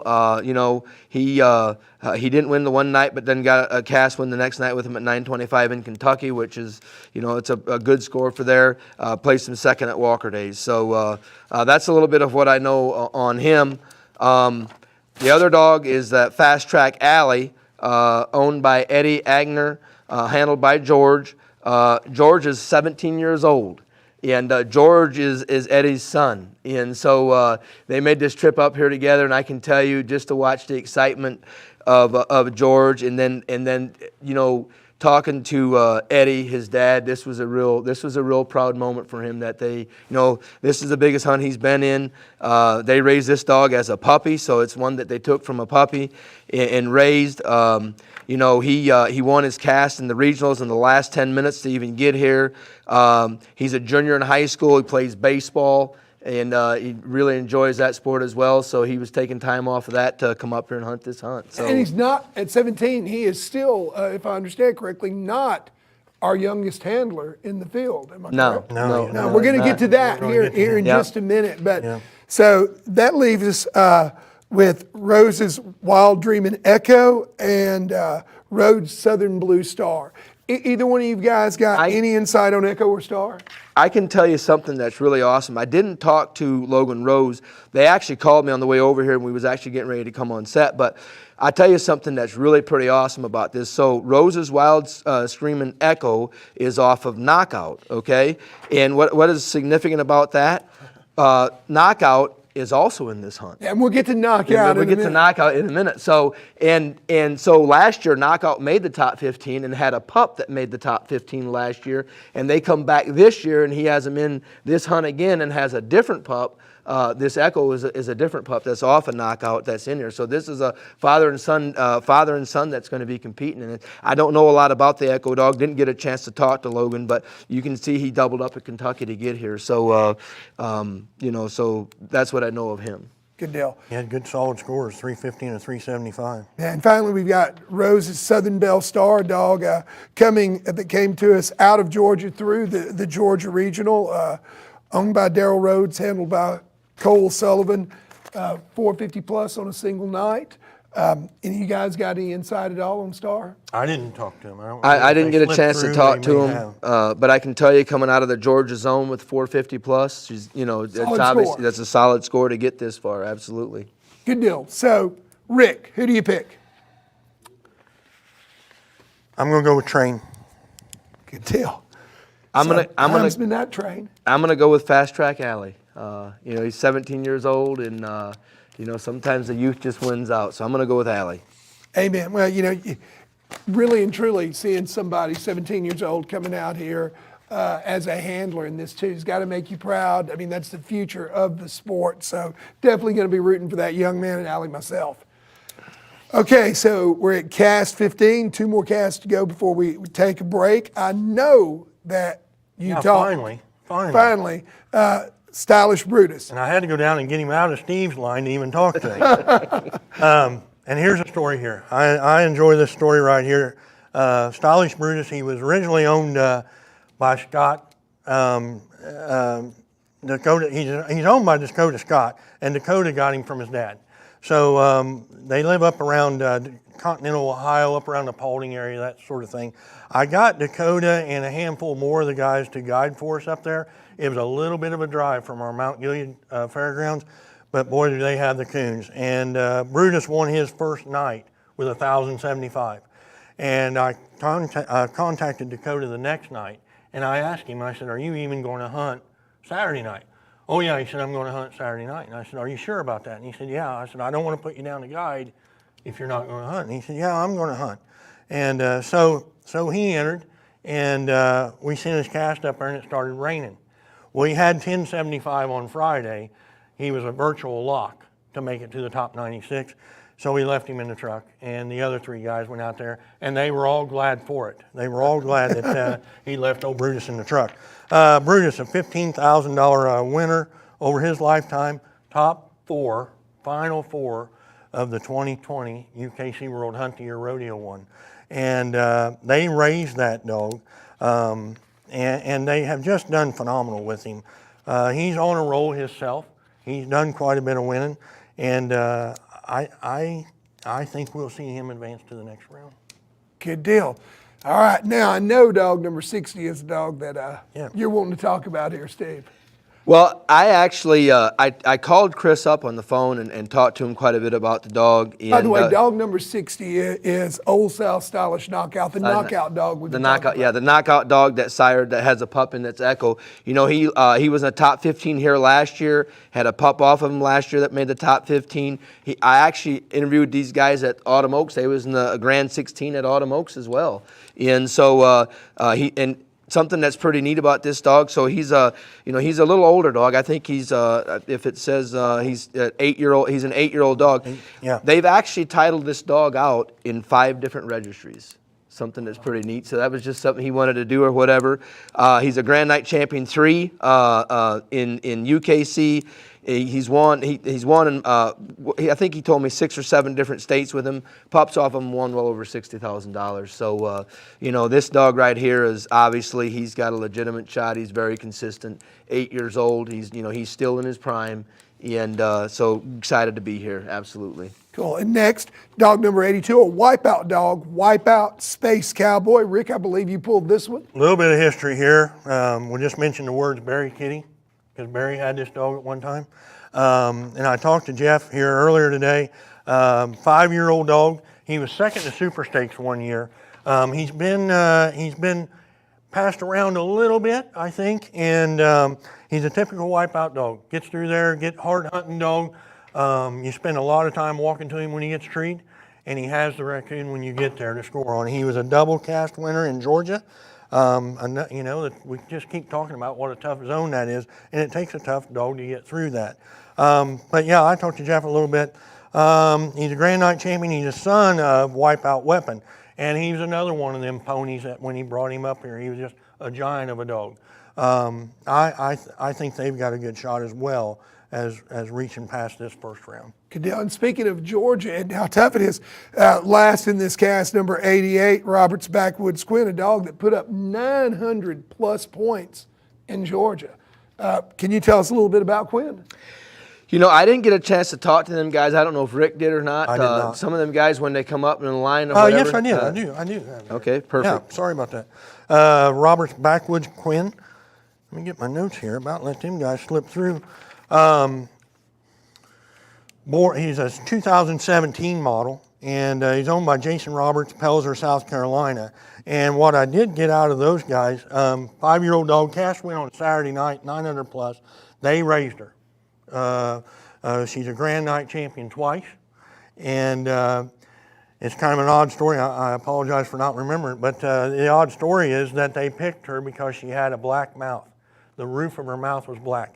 And we got to talking about that a little bit, and they claimed that, I believe it was Jason claimed that we never pick a dog with a pink nose, and we always pick the one with a black roof and black roof mouth. So I think that story right there in itself, the only reason she's here is because she's got black in her mouth. She was destined. So who do you pick, Rick, while we've got you?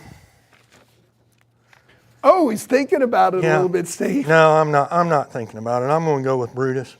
I think Brutus is our dog. How about you, Steve? I'm going to go with Knockout. Yep, saw that one coming from a mile away. 8-year-old dog, though. Well, if he wouldn't have picked Brutus, it would have been.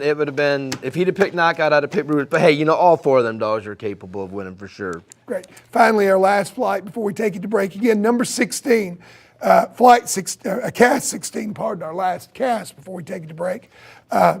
Dog number 9, Stitches. 12, Bill. 48 Brandy, and 69, another name I love, Legends Flat Rock Chaos. Why don't we lead off with Chaos? Which one of you guys pulled Chaos?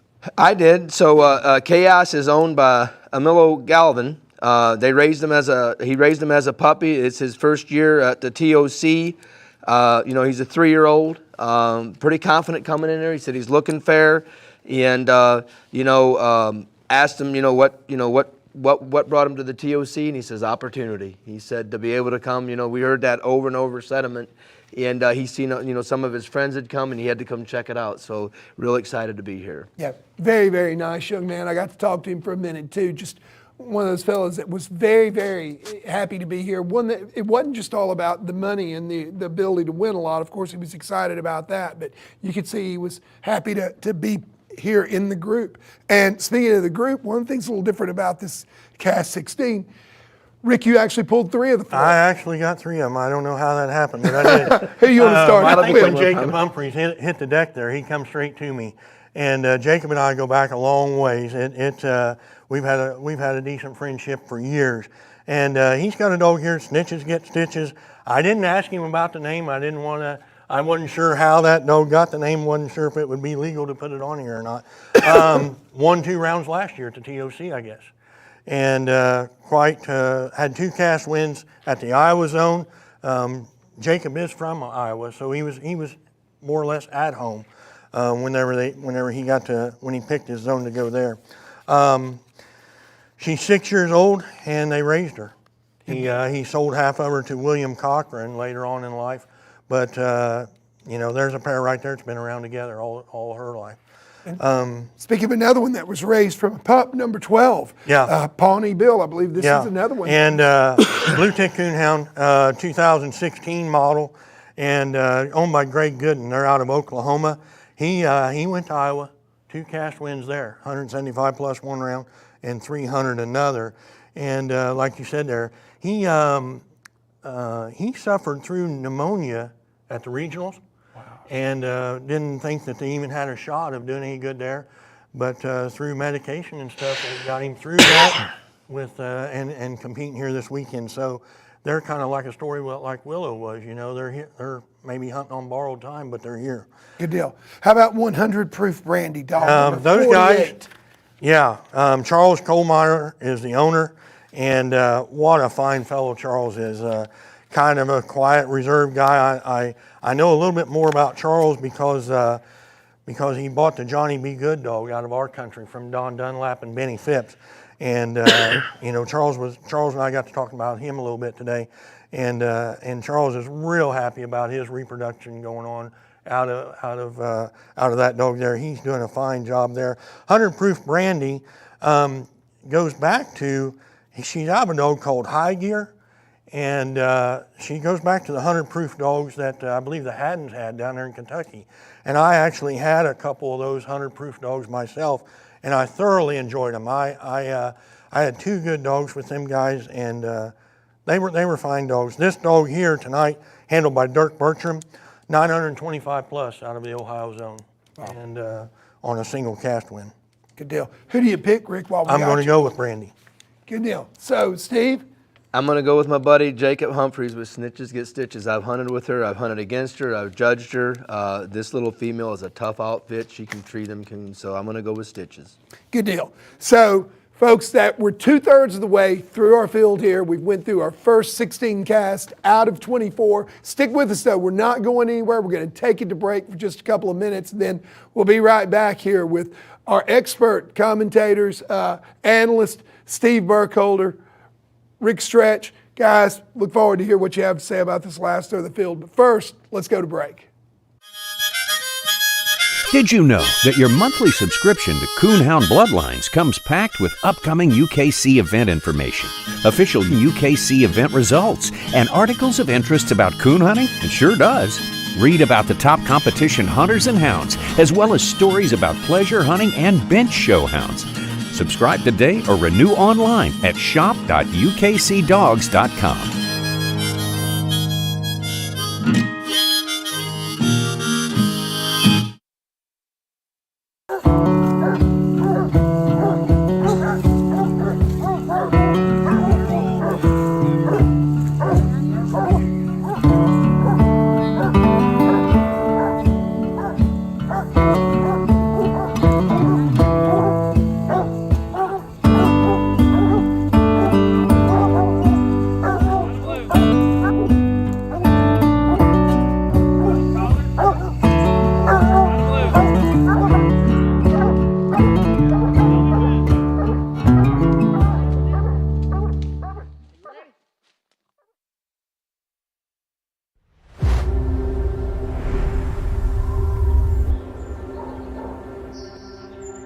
their partners, ready to do whatever it takes.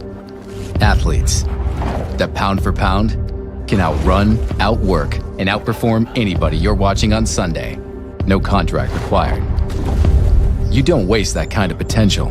You train it, fuel it, unleash it. You activate the power that sits ready and waiting inside every fiber of muscle. You fill every last cell with the energy to push harder than whatever gets in the way. You turn drive into overdrive, natural ability into legendary status. And to do it, you need nutrition that holds nothing back. The Eukanuba Premium Performance Lineup. Built to run full throttle on protein and fat, then find another gear. Made with nutrients that are customized for what your dog does. GI technology that supports optimal nutrient delivery. And an antioxidant cocktail that helps day 3 feel like day 1. Where your dog peaks depends on how far their fuel can take them. The Eukanuba Premium Performance Lineup. 4 formulas to hold nothing back.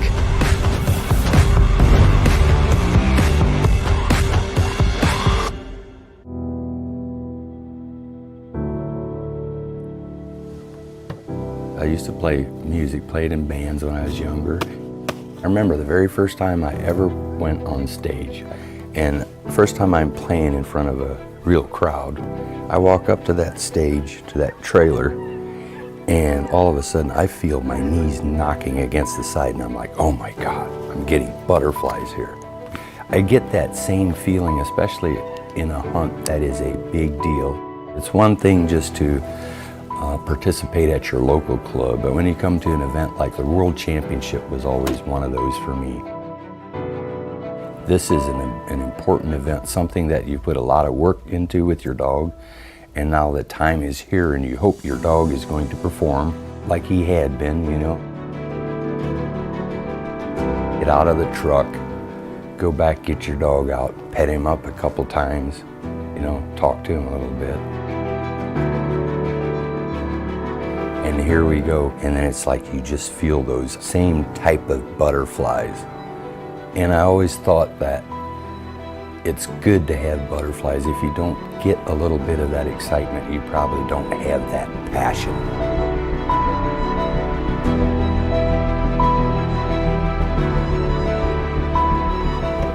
It's amazing how many people you get to know in a sport like this. And there's a lot of sports like that, but just a lot of good people that share their passion for dogs, you know?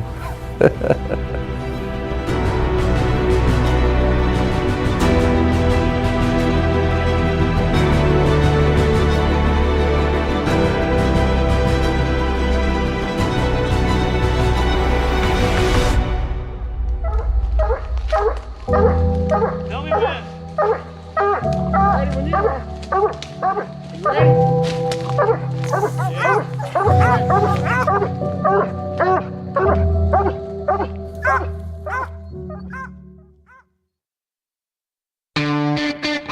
Check out the United Kennel Club online store for all of our magazine subscriptions and UKC merchandise. Go to shop.ukcdogs.com and you'll find all the best gear to support your UKC lifestyle.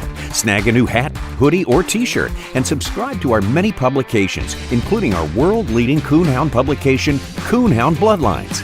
We even have research pedigrees and rule books available to purchase. Why wait? Shop now.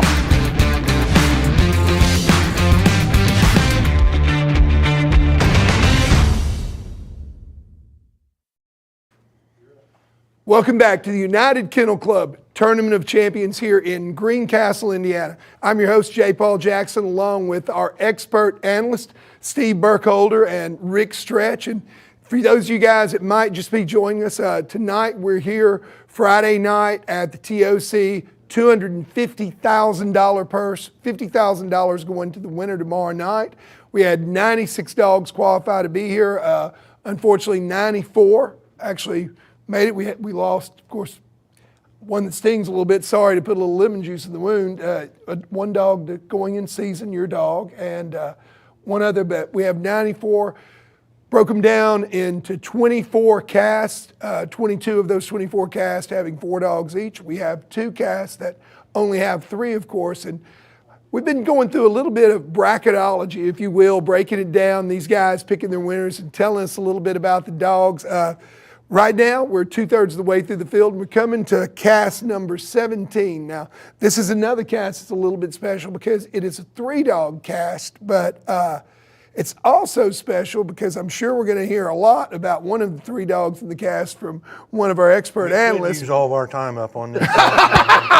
Well, Steve told me that I need to take you through this one quickly when it comes time. So right here, cast 17, we've got dog number 1, Mosquito Creek, Dano's Bugs. 39, I know what dog Rick is going to pick here in this flight, Fish Creek's Red Bull, and dog number 65, Cuz's Little Punk. Now, is this a pup off of our Cuz dog, or is that? It is. It is one of the 3 pups that's off of him. The Little Punk dog is, and he's owned actually by Paul Smith, and actually being handled by Jordan Smith. They raised him as a puppy. He's got about $1,200 in lifetime earnings. This is this dog is, I believe he's 4 years old, and they got through the Kentucky zone, had 525. This is their first time at the TOC, and they was excited to be here. Yes, sir. While you're talking, you go on and we're going to make him wait his turn. Go on and tell us a little bit about Bugs, if you will. Well, I can tell you that if there was one dog that Rick didn't want to draw out this weekend, it's probably the little female that he drew out, because this is another, imagine this, another little red-boned female that's owned by Jack Bingham, come through the Iowa zone with a double cast win, but this little female has won a lot. She's actually got $40,000 in lifetime earnings. Wow. She's won a state title. She won the Prina Nationals here. I believe it was the last year that they held it here at 2020 at this club. She won the Nationals, made the top 100 of the UKC World twice, and she was in the top 64 of the TOC last year. And I've actually hunted with this little female a couple of times, a real nice female. So, Jack, he obviously knows what it takes to win with one. So, just a good female. Good deal. Well, and of course, that brings us to the dog that has to be. My shirt okay. I take a lot of slack on this dog. I'm telling you, I do. And but I'm proud to have him. I'm telling you, I'm proud to have him, and I'm proud to be here. So Rick, tell us about dog number 39, yeah, Fish Creek's Red Bull, which Rick is one of the owners of. Yeah, myself, Brian Whitted, and Michael Thomas. And I've been following Red Bull for probably about 1.5 years or so. And Tim Smith was a handler on him for Larry Walker. And man, every so often, Tim and I are friends on Facebook, and Tim would post a picture of him treeing, or post a picture of him with a wind slip. And I just kept watching and watching, and I know for quite some time Brian has wanted another red-bone hound. And so when the opportunity arose, I decided that I would zero in on him a little bit. And it was last year, the week of Redbone Days, that I contacted Tim, and I said, Tim, is there any chance that we could buy that dog? And he said, I think he could be bought. And I said, well, I'd like to come down and try him. And I didn't even realize Redbone Days was that weekend. And sure enough, it was, and he said, well, let me get through Redbone Days, and then you guys can come down the following week. High scoring dog Thursday night at Redbone Days, cast win on Friday night, and then kind of got his wheels blowed out on him there Saturday night. He didn't win. And I told Brian, I said, well, we can't buy a dog that's had this kind of win record, right away. I said, we need to just let it coast here a little bit. And when we let it coast 2 or 3 days, some other body went right in there and bought the dog out from under us. And you can believe I was let down. I was brokenhearted. And I hadn't even been with him. I just seen him on video. And there was a guy in Montana, and I will mess his name up, but first name is Jesse, and his last name is this long. And Tim got a hold of him, and after about 3 months, he said, I think Jesse will sell that dog. And we owned him just a few hours after Tim told me that. And I went down and got him, and actually the night I got him, Tim put the last win on him to qualify him for the TOC. And I've had him at my house ever since. And me and that dog have finally come to terms. I mean, we've got on a little bit of roll here this month. We qualified for the World Hunt. We had 2 cast wins at the zone. And I'm really enjoying hunting this dog. He's very accurate. He hunts good, got a real mouth on him. I like this dog a lot. We won our cast with him at Autumn Oaks, and we're going to win some more casts with him. I don't know if it'll be this weekend or not, but I got Tim on him this weekend, and if anybody can win with him, it'll be Tim. Good deal. Well, first off, I don't know. I know what you're going to ask. He didn't talk for 8 minutes like you said he would about Red Bull. He only talked for 4. So, but who do you pick here, Rick? I'm going to go with Bull. I think we got a real shot, but I hate like crazy to draw Jack Bingham. There's 3 red bones in the hunt this weekend, and the 2 of them hit the same cast. So I'm going to go that route there, and you guys can pick the second. Maybe you're looking really serious all of a sudden. I'm going to pick the Bugs female. I've hunted with Red Bull. You're stabbing me right in the heart. I've hunted with Red Bull. I've hunted with Bugs both. Hey, both of them are capable of winning this cast. I do think that if one of them can win this cast and move on to the late round, have a good shot at the late round as well. Good deal. All right. Well, that brings us to cast number 18. Number 3, Molly, 33 drum, 57 style, and number 67, stylish, Hatchet, the Hatchet dog. Out of this group, I believe you picked pulled 3 of the 4 for the interview. Yep. Who you want to start off with? I'm going to start off with the Hatchet dog. This is another one that's sired by Bushwhacker. Another 3-year-old dog owned by Tom Waugh. Owned and raised him as a puppy, and they made the top 64 here last year. So this is a repeat. I think there was 13 of them, and they're one of them. He's won close to $4,000 with them, lifetime earnings. He's seventh in the Kentucky state race. He said he's looking good, and it felt really good coming in here. So the next one is Showtime Style, and Rick can tell you this as well. He knows Kenny. Kenny Sussman owns and handles Showtime Style. Actually had this dog up for sale here probably a month or 2 ago. I didn't sell, decided to keep him, and now today he's here, obviously competing in the top 96. Style's got $70,000 lifetime earnings, 3-time state champion for his first year at TOC. So, Kenny, I've hunted with Style actually quite a bit. A really nice outfit, really, really good hound. Kenny's other hobby, he plays a lot of poker, and he plays at the World Series of Poker, and he actually knocked Phil Hellmuth out of the Baltimore, Maryland World Series Championship. And it's something that when you guys get an opportunity to talk to him about it, we got a little bit of video on it, I think, on Kenny's phone, but you guys will enjoy talking to him about that. Cool deal. Well, while we've got you talking, tell us about Ohio Wardrum, Rick. Yeah, Chad Perdue and Lonnie Eason, they're up there in Northwest Ohio. And I talked to them earlier today. 2 cast wins right there in Ohio. And they didn't get the guide. I think I reached out to them, maybe didn't get through to Lonnie. And I don't think they got the guide either night, but they come up with 2 cast wins, 225 plus and 300 plus. This dog won the Ohio State Championship at 17 months old. He is a winner. And when we talked about it a little bit, they were telling me that he's been winning. I guess this dog's 2 years old, but they knew they had a winner as soon as they started hunting him. And they're excited to be here. They've got 2 or 3 cast wins towards their TOC for next year. Good deal. How about Lost Creek Molly? What can you tell us about Molly, Steve? Yeah, Lost Creek Molly is actually owned by somebody that I know fairly well, Doug Douglas. He's a hunter. He's owned a lot of good ones. He bought Molly as a 2-year-old, so he's only owned her for right at a year. She's won $11,000 lifetime earnings. This is his first year at TOC, and his sentiment was the same thing as a lot of the other ones. How can you not come hunt a hunt like this with this kind of opportunity? The Molly female, he's been on a roll with her. He doubled up with her at the Iowa zones, a very tough zone. Had 575 one night, 500 the next night. And, he's really good friends with Zach McBee. They hunt together a lot, and female's got a real potential of doing something here this weekend. I see the prior owner was Ronnie Smith. Is that the Ronnie Smith that we? I'm not 100% for sure on that. Yeah, I'm not sure. So who are you going to pick here out of the cast of 18? I'm going to pick Molly. How about you? I'll go with the Gambler. Style. Kenny Zussman.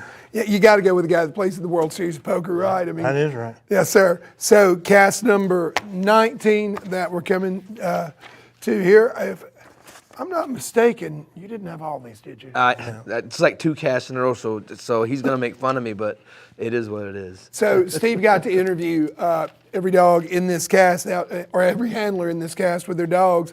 We've got number 29, Hollow, 72 Notch, 74 Knot, and 81 Shack's Redneck Shine, another Shack dog. Why don't you lead us off there? I'll do Shack that. dog. Yeah, so Shine is actually owned and handled by Chris Holmes. Again, Chris Holmes is no stranger to the winner's circle.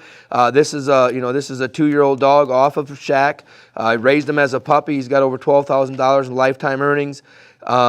He said he's looked really good since the zones. He actually was in the top 15 last year here, and had the highest score in the early round. So again, he said that he looked really good. He said he's looking really good now. The next one is Hillbilly Knot, and I can tell you what can a guy say about this dog. Actually, the year that I got in the top placed 5th in the UKC World, Knot was in the top 20. And I got to compete against him in a very competitive cast. Knot is actually owned and handled by Brent Roberson. He's from Arkansas. Knott's won a little over $120,000 in lifetime earnings. He's been in the top 20. He was in the top 20 of the UKC World in 2020. He won a truck in 20. He also won a truck in 2020. Semifinals of the PKC. His first year at the TOC. He said his regional.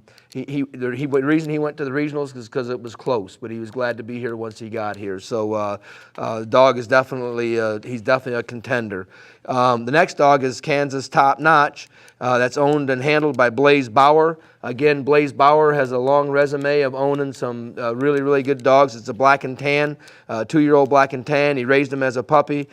He's got over $4,000 in lifetime earnings. His first time here at the TOC, and it was kind of bittersweet for him because he was qualified for the TOC last year, and he missed the deadline at the regionals. And so that he couldn't even compete in it or whatever. And so he said his dog is looking good, and he's excited about being here. And then rounding out the last one is Sellers Deep Hollow Mister, owned by Roger Sellers. Johnny's going to be handling him. He bought him as a 4-year-old. I placed him at the Grand American, the Virginia State Championship. Highest scoring dog at English Days, has over $6,500 in lifetime earnings, leading the Virginia State race right now, got a nationals ticket, hunted him at the TOC last year, didn't get to the top 64, and he said he was looking good as well. So excited to be here. So you talked to all 4 of them. Who do you pick? I'm going to pick the Hillbilly Knot dog. And this is tough because obviously that Redneck Shine dog is off a Shack, and obviously Blaze Bauer is no stranger to the winner's circle, but I'm going to go with Knot. I have an idea who you're taking. Tell me, though. I'm going to go with Shine. That's what I thought. Yeah, I'm going to go with Shine. I talked to Chris a little bit earlier today, and I think they'll win another round. Hard not to go with the dog that made it to the top 15 last year here as well. So cast number 20, don't tell me. It's like, 3 casts in a row. So all right, so cast number 20, dog number 5, Chuck, 22, Piper, 47, Daisy, and 61, Decon. Another, you got to start with that dog. I mean, what a cool name. Mountaintop, All Rats, Neat Decon. Yep. Absolutely. He's owned and handled by Bill Lester. He's owned him for about a year. He's done good with him at Walker Days. This dog is as you can see, he's like 2-year-old or whatever. He has won over 50 cast wins with plus points. 50 plus cast wins, so he's already inducted into the Hall of Fame. At 3 years old? At 3 years old. Wow. So he's won over 50 casts, so he's, as you can see, I don't know, he's an HTX or, going on his second top, but, that's cast wins in all registered days hunted. So he's on a roll with him. He said that he's, he won several in a row and excited to be here. He said he come out of the Kentucky zone, won his cast one night there with a good score of 800. So next dog is Piper, and I know Rick can even comment on this a little bit. He knows Dual Murphy some as well. He raised him. Piper is actually owned by Ike Rainey, handled by Dual Murphy.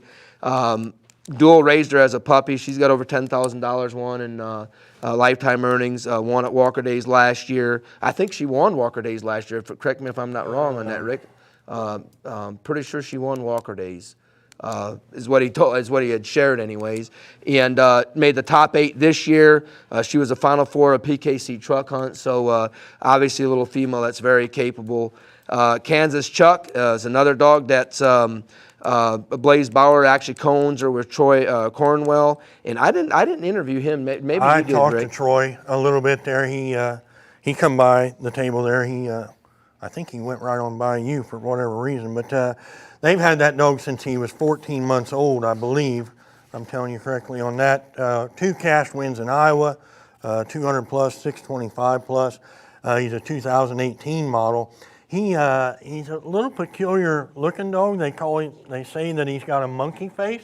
His tan comes back way farther in his face. He was a big, long dog. I talked to Troy a little bit there, and he assured me that Blaze would take all the credit for anything that they accomplished this weekend on this dog here. But anytime you've got Blaze Bauer out there, you've got something to compete against. And I think that those guys may win another round or two. Dog can cover a lot of ground. Did we talk to you about Silver Daisy? I did. I talked she's owned and handled by Mark Troyer, a little female that's 4 years old. He raised her as a puppy. I've actually pleasure hunted with Mark before. Lives in Sugar Creek, Ohio. This is his first year at the TOC. He's a young man. He's excited to be here. So, and he said she was looking good. So, good deal. So, who do you pick, Rick or Steve? I'm gonna go with Piper. That's who I'm gonna pick. So he takes the Piper dog. That means you got to take somebody else. He would do that. I'm going to go with Blaze and Troy with Chuck. Good deal. So Chuck and Piper are our picks. Piper advanced like Wednesday. I think I got a text from Dual, and I think Wednesday before the zones or before the regionals, he didn't even have a handler for at that time. His family was on vacation, and so she advanced with a guy that didn't know her as well as Dual does. So. That's impressive. Steve's too. made a good choice there on that. Cast number 21. We're down to our last 4 casts, guys. Dog 43, Libby. 63, Toby. 73, Cross. And 94, Trixie. Looks like you got check marks by all 4 of those. Well, but Rick has he has a little history on some of this as well. I'll start out with Trixie. She's owned and handled, or she's owned by Jason Himes, handled by Jason Himes. This is actually, he had 2 dogs in. She was 3rd at the pup extravaganza, raised her as a puppy, and was the highest scoring dog at Walker Sectional. Again, a fairly young dog, just starting to put her in the hunts. She actually had a double cast win and come out of the Kentucky zone. So the next dog is a dog called Waterloo Toby, an English Coonhound. It's owned and handled by Brandon Christian. Come out of Kentucky zone. He's only had him for about 3 months. And the only reason he bought him for because he was TOC qualified. And he said when he figured that out and he didn't have one in, he went and bought him so he could compete in the TOC. Is the only reason he bought him. Wanted to come and play for the money, I believe is what he told us. He bought him prior to the regional then? Yep. Prior to the regionals, yep, okay. Yep. And then Coma's only Cross. Coma's only Cross. So this dog here is owned and handled, or is owned and handled by Dustin James. Comes out of Arkansas. He won 2 early rounds at the Super Stakes. Had him for about 14 months. He got him as 14 months old. And the pup had never been messed with. And he's won about $1,100 in open hunts. He's looking decent. He said he's young. He's still learning. Reason he decided to get, he said he kind of got qualified for the TOC by accident because he feels a Grand Night Champion title is important. And so he was in the process of granting him out and realized that he was qualified for the TOC, so decided to come hunt, come hunt in it. And now that he's here, he said he's definitely going to get 5 more wins to be able to hunt in it next year. And he said this was the only outcross on Coma. Darren Weissman owned would have been the only cross, because he's a crossbred dog. And he said this was the only one that he bred Coma to on the outcross. And then obviously the last one that we want to talk about is Arnett's whacked out little Libby. And I knew this dog was going to bring a lot of conversation, even though you interviewed from the entire panel here, because earlier we said that our 17-year-old was not the youngest handler in the field, and there are a couple of things that jump off the paper at you right away with Libby. First of all, that Maddox Arnett, how old is that young man? He's 13 years old. 13 years old, our youngest handler in the field, plays baseball, basketball, and football as well as coon hunts. And the thing that jumps out on me, I want to hear about you guys, 13 years old, 2-year-old dog, and in Ohio put up 1150 plus to get here. Yeah, it is amazing. And I am tickled to death for this kid. I first met him last fall, I believe the only time that I met him that I believe. I went up and pleasure hunt with Dual Murphy, but before we went out on pleasure hunt, we ran up to just a little gathering of guys, and they all put, I forget what we put in there, 20, 30 bucks, and we had a little money hunt amongst ourselves, 3 or 4 casts, and that's where I met Maddox. And he's a show stealer, that boy is. He knows as much as any of us. He's got it going on. They had him down to guide that night, and he come out and he said, "Well, Dad, where do you want me to go?" And he said, "Well, you know, you're a guy and you need to figure that out yourself." And here he stands, about that tall, and he went ahead and guided one of the casts that night. I don't recall whether he won or not. Dual actually won the whole hunt with Piper, but this is a phenomenal story. And yeah, they put up 1150 on Saturday night. Didn't win their cast on Friday night. I didn't get a chance to talk to him about how it went, but he's a calm, cool, and collected kid. I'm telling you, he's amazing for 13 years old. He really is. His poise was just so impressive. He lives right, and Steve will tell you, he lives right in the heart of coon hunters, coon country. There are some of the top names in the world right there within 30 minutes of his house. So he gets a little bit of all of them, giving him some help here and there, and learns from them guys. It's awesome that we've got this kid in this hunt this weekend. Amen. Steve? Yeah, I talked to him, and this was actually the first time I met Maddox. And really? He come up and sat in that chair, and he was like, he was very calm with it, very confident. Yeah. Asked him how his Friday night hunt went, and he said they had a real hunt. He said the judge ended up winning the cast, and he said his dog looked good doing it. And it's encouraging to hear that. But this isn't the first time for Maddox to be on, winning something. He actually competed in a legacy hunt, and that there you have to win 2 rounds to get to. There's 36 dogs, and you have to win 2 rounds to get to the top 3, and he was one of them top 3. So this isn't. He's excited about tonight, and felt like he's got a really good shot. And he's been hunting since he's been 5 years old. So we asked him how his grades are in school, and his dad was standing right there, and he said, "Tell him." And he said, "Well, for the most part, straight A's." So just a really good kid with a lot of potential, and hey, got a good shot at winning. No doubt. Absolutely. Great story there. The thing that really stood out to me about Maddox when he came was his poise, the way that he was just calm, cool. He acted like he'd been here 2 or 3 times already. Very, very polite, well-spoken young man. But really the thing that got me was what you said, the humility. When we talked about Friday night, he said, "Hey, the judge won," and he had a great dog that night, did a great job, didn't make excuses. So, definitely that kid's going to be the favorite to a lot of folks. But you guys each have to pick a favorite here. Who are you going to pick? Well, Rick may pick for the first time may pick the same thing as what I'm going to pick, but I'm going to go with Libby. She's a one that's off a bushwhacker. She's a good female. So I'm going to go with Libby to advance to the next round. Let's make it a draw. Finally. Let's make it a draw. All right. I'm rooting for him. I really am. 21 cast in. We've been through 20 when they disagreed on all 20, but finally we get a little bit of agreement. I got to say, this is a time where 3 dog guys can all agree, because Libby would have to be my pick too. All right, guys, we're getting close to the end here. Cast number 22. I know that you spoke to at least a couple of these. We got 23 Fever, 46 Hillbilly PBR, 75 Rock, and 76 Airplane 3. Why don't you start us off with Fever? Yeah.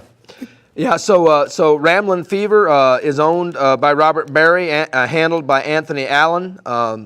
This dog here has been around for a few years. I believe he's a 6-year-old, or coming 6. He's got over $93,000 won in lifetime. Wow. Anthony's been hunting for about a year and a half. Won the JC Calls Classic. been a Super Stake finalist, Final Four in many pro classics, top 10 of the nationals last year, got the top 38 this year. First year at TOC, I asked Anthony what made him decide to come to the TOC, and he said because the same thing that we've heard, a common thread. He wanted to be able to compete, heard a lot of good things about him, and he's glad to be here. So a dog that actually doubled up, again, in a very tough zone in the Ohio zone. So he got a double cast win there and advanced. Good deal. Mayo's Singing Rock Northern Blue Airplane 3. This is one that you happened to talk to, is it not, Rick? Yeah, I did. It was towards the end of the afternoon there, and a young man come leading this blue dog up, and I thought I had seen the blue dog before. And so I looked, when he gave me his entry number, I looked it up, and sure enough, we're looking at Airplane 3. And so where's the Airplane 3 come from? But from Norm Starling originally. And Norm is a colorful hunter up there in Ohio, and we all know about Norm, and we'll just leave it at that. But anyway, I talked to Trevin Dill this evening, and he's a 17-year-old kid that's hunting this dog, and he is excited to be here. He's a man's man. I'm just amazed at the young guys that are walking up here that are so confident, but yet they're genuine and nice and humble about it. Let's see here. He got about $3,000 won. He was in a $3,000 pro class he got in the finals of that. He's got about $6,000 won. And a little bit more about Trevin. He's out of Oklahoma. He had a single cast win with Airplane at 500 plus. And junior in high school, like I said, just another fine kid that's going to go places. He really enjoys this dog. I think him and this dog, we'll see more of them guys for the year's over. Good deal. And then we've also got another English dog here in this flight, number 75, Rock, Mayo's Swinging Rock. Which one of you guys got to speak with? I believe that was Rick that talked about it. I don't believe let's see, 75? I don't think I had 75. Maybe I did. Yeah, Christopher Green. Yeah, it's another good story. He was high scoring dog at the Winter Classic in 2020. His wife handled the dog. That's unheard of. Anyway, he wound up third overall that weekend at the Winter Classic. She actually handled him on Saturday night as well, I believe. And let's see here. That's what I know about that part of it. Them guys had one cast win in Arkansas, I believe is the zone. Dang, you caught me off. Yeah, Arkansas. Yeah. And I think she even handled him there. It's Christopher's work that keeps him from being able to hunt the dog. I believe he told me he's in the oil field business, and they call when you go. And 2 weeks prior to the Winter Classic is when she started practicing for the Winter Classic. We all practiced for it months in advance. She started 2 weeks ahead of time. So that can give you an idea of what kind of dog this dog is. I mean, he's got to be phenomenal. The ladies back here are looking up at you going, no, it's that the lady was handling it. It's not about the dog. So girls are just a quick study. Maybe the only time we talk about it this weekend, I'm not sure, but 2 weeks prior to the event, she decides she's going to hunt the dog. And when she finally gets hold of Christopher and says, hey, we won our cast, we got this score, and he said, we've won the whole thing tonight, without even knowing what else is going on. He won the whole thing, and a lot of laughs, and she was with him tonight, and but she's going. I believe Christopher's doing the handling this evening. Good deal. And to round out cast number 22, we've got Hillbilly PBR. Absolutely, and Hillbilly PBR is owned by Jeff Stallard and Rick Marshall. And for any of us that competition hunt, Jeff Stallard is this is what he's done for a living for as long as I've known him, and for many years has owned and handled many good ones over the years. Again, PBR, I've hunted with him a bunch. This dog's a nice outfit. He's won over $35,000 in lifetime earnings. Had him since he's been a year old. And, this dog's a 6-year-old, coming 7. And this dog last year won the national race overall of the entire nation. In PKC, which is not an easy feat. He was in the Final Four of a Super Stakes, Final 6 the next year. And of course I knew better than asking him why he's here at this hunt, because he was letting me know before he ever come up, before we interviewed him. So that 35,000 in earnings, it's about the money. Jeff's a very colorful individual, but I tell you guys, he's a dog man. He knows how to get one ready and have one ready for these hunts. So. And 1,050 plus was a very nice score, even if it was a single that he put up in Ohio. So who do you pick here? Man, I tell you what, I'm going to go with PBR. That's who I'm going to pick. How about you, Rick? I'm going to go with the story of Christopher Green and his wife. I'm going to go with Rock. Good deal. I like that story a whole lot, too. Only 2 casts to go. Number 23, our lucky 13, Crash. Number 15, Crowbar. Number 52, Mill Creek Mike Jr. And number 90, Sadie. Looking over here at your sheet, I'm trying to figure out, did you get any of these dogs? Mm-hmm. I don't believe so. I think this is What do you another got, Steve? cast where you got them all, Steve. Okay. So Sadie is actually owned and handled by Mark Looney. Again, this is another one that he raised as a puppy, sold her for a little while, and bought her back. He won the Georgia State hunt with her. Southern English Dogs was the highest score there. This dog's pretty special to him. She's a grand pup off of his old Dan dog, who he won the Grand American and the Georgia State in 2012 and Southern English Days. So this is an English Coonhound. Again, I think she's a coming 6-year-old dog. He got through the Georgia zone with 650 plus. So I was excited to be here. This was his first TOC. Next is another dog by the name of Mill Creek Mike Jr. that's owned by A.J. Brenner and handled by Jeff Perdue. An interesting storyline on this. This dog was sired by Charlie Creek Big Mike, and Big Mike was the sire of the winner last year in Butch. So again, I've hunted with this dog a bunch. This dog can get through the country, can look really good if you can hear him. He's won over 2,600 with him. First time at the TOC. And asked him how he's looking, and he said, I couldn't tell you, I haven't turned him loose in a week. So he was excited to be here. The third dog is Oakwoods Crowbar. That's owned by Brian Mullen and handled by Josh Colson. He owned him as a puppy. This is an English Coonhound that's 2-year-old. This first year at the TOC, and he actually bought him last year, or started him last year in the hunts. And from October the 2nd to October the 30th, got 5 cast wins on him for the TOC. So he got on a little roll with him last year to get him qualified for here. He come out of the Iowa zone, obviously put up a good score to get through there. And then rounding out the last dog is the Crash dog that's owned by Kim Barker and being hunted by Judge Koshko, who, again, Judd is a young man that's, again, they hunts in a lot of hunts, very competitive.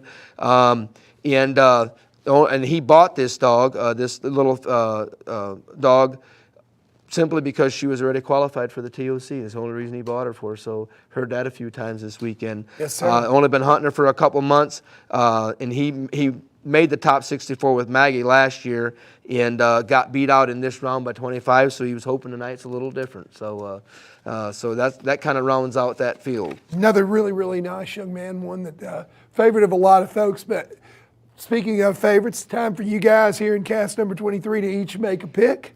Well, Rick? I'm going to let Rick pick first. Mike Jr. Mike Jr. owned by A.J. Brenner and handled by Jeff Perdue. You didn't think about that at all? I've been thinking about it here for a few minutes. I hear you. I hear you. Steve, how about I'm you? going to go with Crash. I think he's got a legitimate shot at winning this cast. Good deal. Now, folks, we're almost done here going through our cast, our bracketology, if you will. We're down to our final 24th cast of the night, 4-dog cast. Number 8, Salt. Number 28, Queen. Number 38, Secrets. And number 93, Spec. Believe that you got Yeah, talk I've a little got bit here. Salt. Tell us about Salt. George come up to my table. I was so glad to see George. It's been a while since I've seen George. We go back a long ways. And George is a hound man. I'm telling you, he knows. He's had so many good dogs run through his hands, it's unbelievable. He's got 2 cast wins here with this dog here out of the Iowa zone. The story on this, on old Salt, is he's the same cross as Ruby, halftime Ruby. And that's the all-time money-winning dog in PKC at this time. he's had Salt. I think he told me that he's been hunting this dog for 3 years for Bob Noble, and George is he's come up with about $180,000 in his lifetime, and $35,000 of that's been with Salt. Tough team, I'm telling you. Good deal. All right, 3 to go here. Who do you want to start off with? I'm going to start out. Yeah, I'm going to start out with the Hard Time Spec dog, owned and handled by Wade Hill.